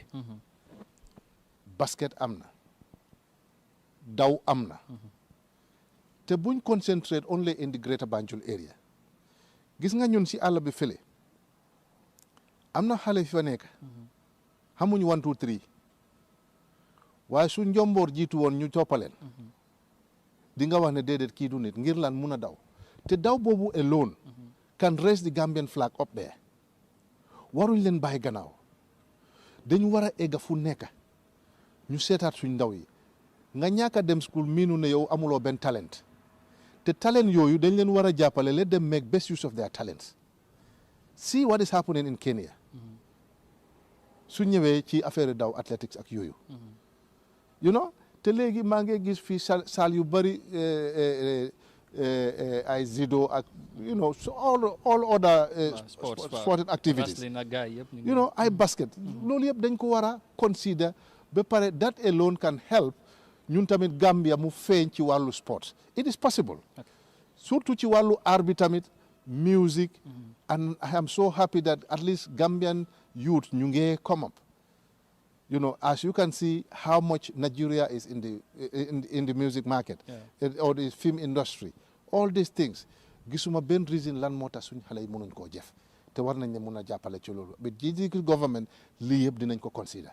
ndax nga gisee comme tudda nga national team bi président Barrow invite leen waaye ñu demuñ ba démb lañ soog a mit vice président bi ndax am nga si gis-gis beneen bi tamit bi nga congratulate boy si est-ce que doo ci doon boole nguur gi taxawaay bi chartered flights yu ñu indi taxaw leen ba financially mun leen ñaax leen ba tey ñu am history bu réew mi des tamit ñu bari dañ doon jàppale tamit mun nga boole ci congratulate xëy na tey rek laa ko waxul waaye keroog bu GDC di am GDC tournament bi Atlantic Kunda keroog taxaw naa foofu congratulate Barrow ci lu moo jàppale ndaw yi mooy especially ci wàllu football bi so I have no problem repeating it the same time pour di ko ndokkale te lii la ñoo expect from our leaders I mean loolu ñu ngi koy rafetlu bu baax ci wàllu ne ñoom demuñ uyu ji Barrow man loolu mënuma ko tontu te bëgguma cee wax sax parce que xaw ma lu tax lan mooy seen reason li ma gis ci paper yi lu ñu binda is that the reality or not man I don't want to get into that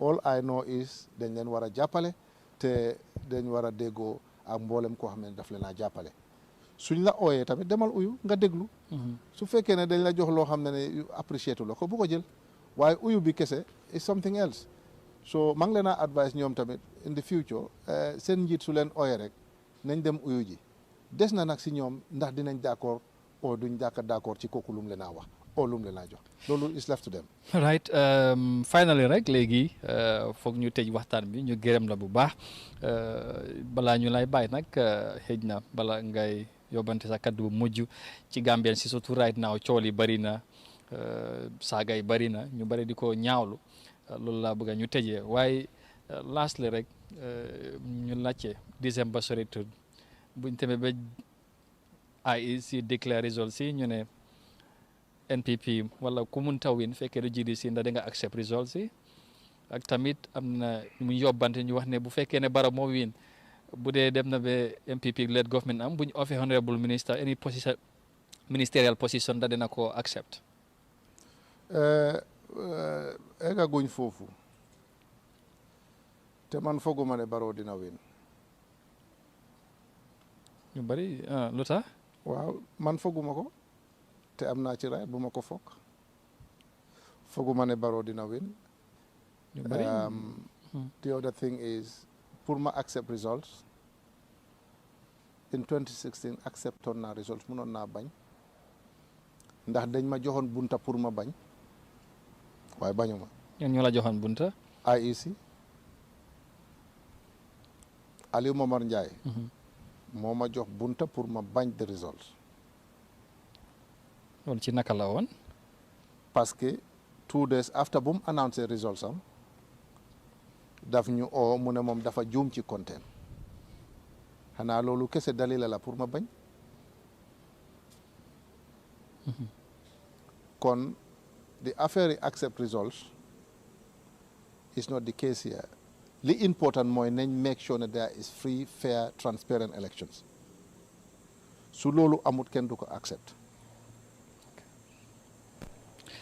On that note ñu gërëm la bu baax sant la honorable Mama Kandeh moom moo nekk di party leader mu mayu nag kon ni ñu ko waxee woon ci starting bi spécial te foog naa ne li tax mu doon spécial feeñ na ci waxtaan bi ñu gërëm la bu baax baax ci ni ñu ko waxee wax naa rek fu ñoo tëjee mooy coow li bari na right now ci dëkk bi ba pare sax honorable ñu bari ñu ngi la wax ne gisaguñ honorable ci Eyeafrica TV lan moo waral loolu tey am nañ ndax mun ngaa dig Gambien si lii day amaat sax laay wax xëj na fii ba balaa diisee ba parce que ñu ngi ñuy wax ne la moo tax gisuñ honorable Eyeafrica te ñu ngi ko gis si yeneen télé yi.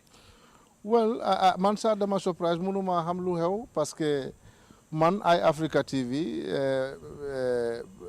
institution bu ma respect la because 2016 fu nekk la ñu toppa they have did a lot. So munuma understand lu tax munuma am ak yéen talk because I'm sure you are not coming henceforth to me. I mean munuma understand because I really don't know. I really don't know. I have nothing loo xam ne ni maa ngi def barrière suma diggante ak Eyeafrica. In fact they did a lot for me. So loolu moom appreciate naa ko torop te maa ngi leen a gërëm ci loolu te incha allah du em ci lii. Anytime bi ngeen ma soxle rek jaan leen through the right channel. I mean you will always get hold of me if I'm around. I have no problem with that. On the issue of current situation saaga yi loolu li ma wax comme foofu bëgg naa nga xuus bu baax parce que tamit kon ni ma ko waxee ñu bari jàpp nañ ne coow li bari na yëfi xeet mu ngi dugga ci political field bi mu ngi gën a yaatu saagante bi ak yu mel noonu te ñu jàpp ne yéen political leader da ngeen ci am responsabilité rëy yan kàddu ngay yóbbante Gambien si ci loolu. waaw li ma yóbbante Gambien si rek mooy comme fan yi gisoon ngeen ne def naa benn press release maa ngi doon condemn façon saaga yooyu because ñun gëmuñ politique yi saagante te you can all bear us witness that ñun buñ sampee GDC ba léegi amut kenn koo musa dégg si GDC mu ngi saaga keneen nanguwuñ ko ku ko def tamit nga xam ne yow bokkutuloo GDC because man duma la saaga ba pare bugga laa convince ba pare duma saaga keneen foog ne ki koy déglu dina ma bugga ngir maa ngi saaga loolu baaxut te jàppalewul ñu te duñu yóbbu fen politique yi tribalism mu ngi gën a ñaaw ci dëkk bi even tey jii te keroog am naa benn rally jaara sooma because dama dégga am na ñuy wor ci biir NPP di wax suma mbokki pol yi te bu ma sampee parti bi ba léegi man musuma taxaw in any political rally ma wax affaire xeet because bugguma ko fii soo fi nekkee président da ngaa nekk président for the Republic of the Gambia not for a particular tribe fan yi sax am na ku fi ñëw tey wax na ma lu ñooy campagne ci àll bi mooy mooy ci police soo leen votalul Barrow rek UDP mooy win soose yi ñu dem ci olof yi soo leen votalul Barrow UDP mooy win soose yi so loolu that is very dirty politics nañ ko stop let us refrain from that dimbalewut ñu te duñu yóbbu fen nañ xam ne we are all Gambians ëllëg su ma gisee ak Barrow dinaa toog lekk ak moom benn bool su ma gisee Ousainou Darboe dinaa toog lekk ak moom benn bool ñun waruñoo amante problème ñun nañ xam ne lu ñu boole mooy toogu bi te toogu bi soo fa nekkee doo nekk président ne ñii ne doo nekk président ñële da ngaa nekk président pour ñëpp soo yëfi tribalisme nañ ko tegee side jërëjëf waaw ñu gërëm la bu baax honorable Kandeh ci kàddu yi am na solo comme ni nga ko waxee tamit incha allah du am ci benn bii rek incha allah waxtaan bi day continuer waaye foog ñu gërëm ko bu baax a baax ci waxtu bu mu jël wax ak ñun comme ni ngeen déggee kàddu yi nga xamante ne wax na ko ci biir waxtaan bi ñu ngi ko gërëm ci loolu di leen wax ci beneen yoon incha allah dañooy ñëwaat ci yeneen waxtaan ci yeneen mbir fii ci Africa TV ñu ngi leen di gërëm bu baax a baax ci ni ngeen di ànd ak ñun saa su ne ci safo bi waaye tamit ci kolde bi di leen jox rendez-vous beneen yoon di leen wax jërë ngeen jëf.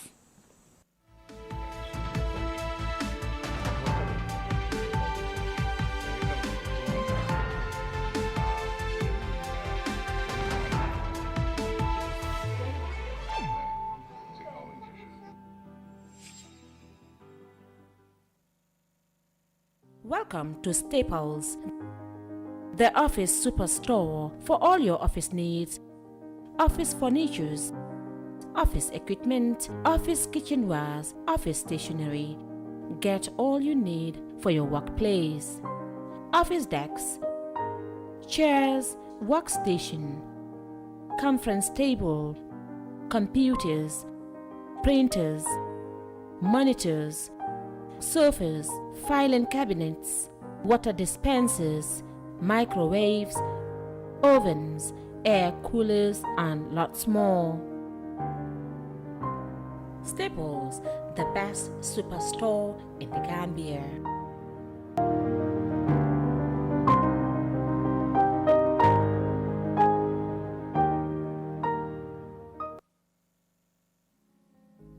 The pride we take in our brand, the work we put into constantly change the landscape and elevate real estate in the Gambia, it's compared to none. From inception, our goal was to add value to the beautiful Gambian landscape. That's why we are proud innovators of community estates. Kololi Sands is an exceptional piece of work, tailored for ultimate convenience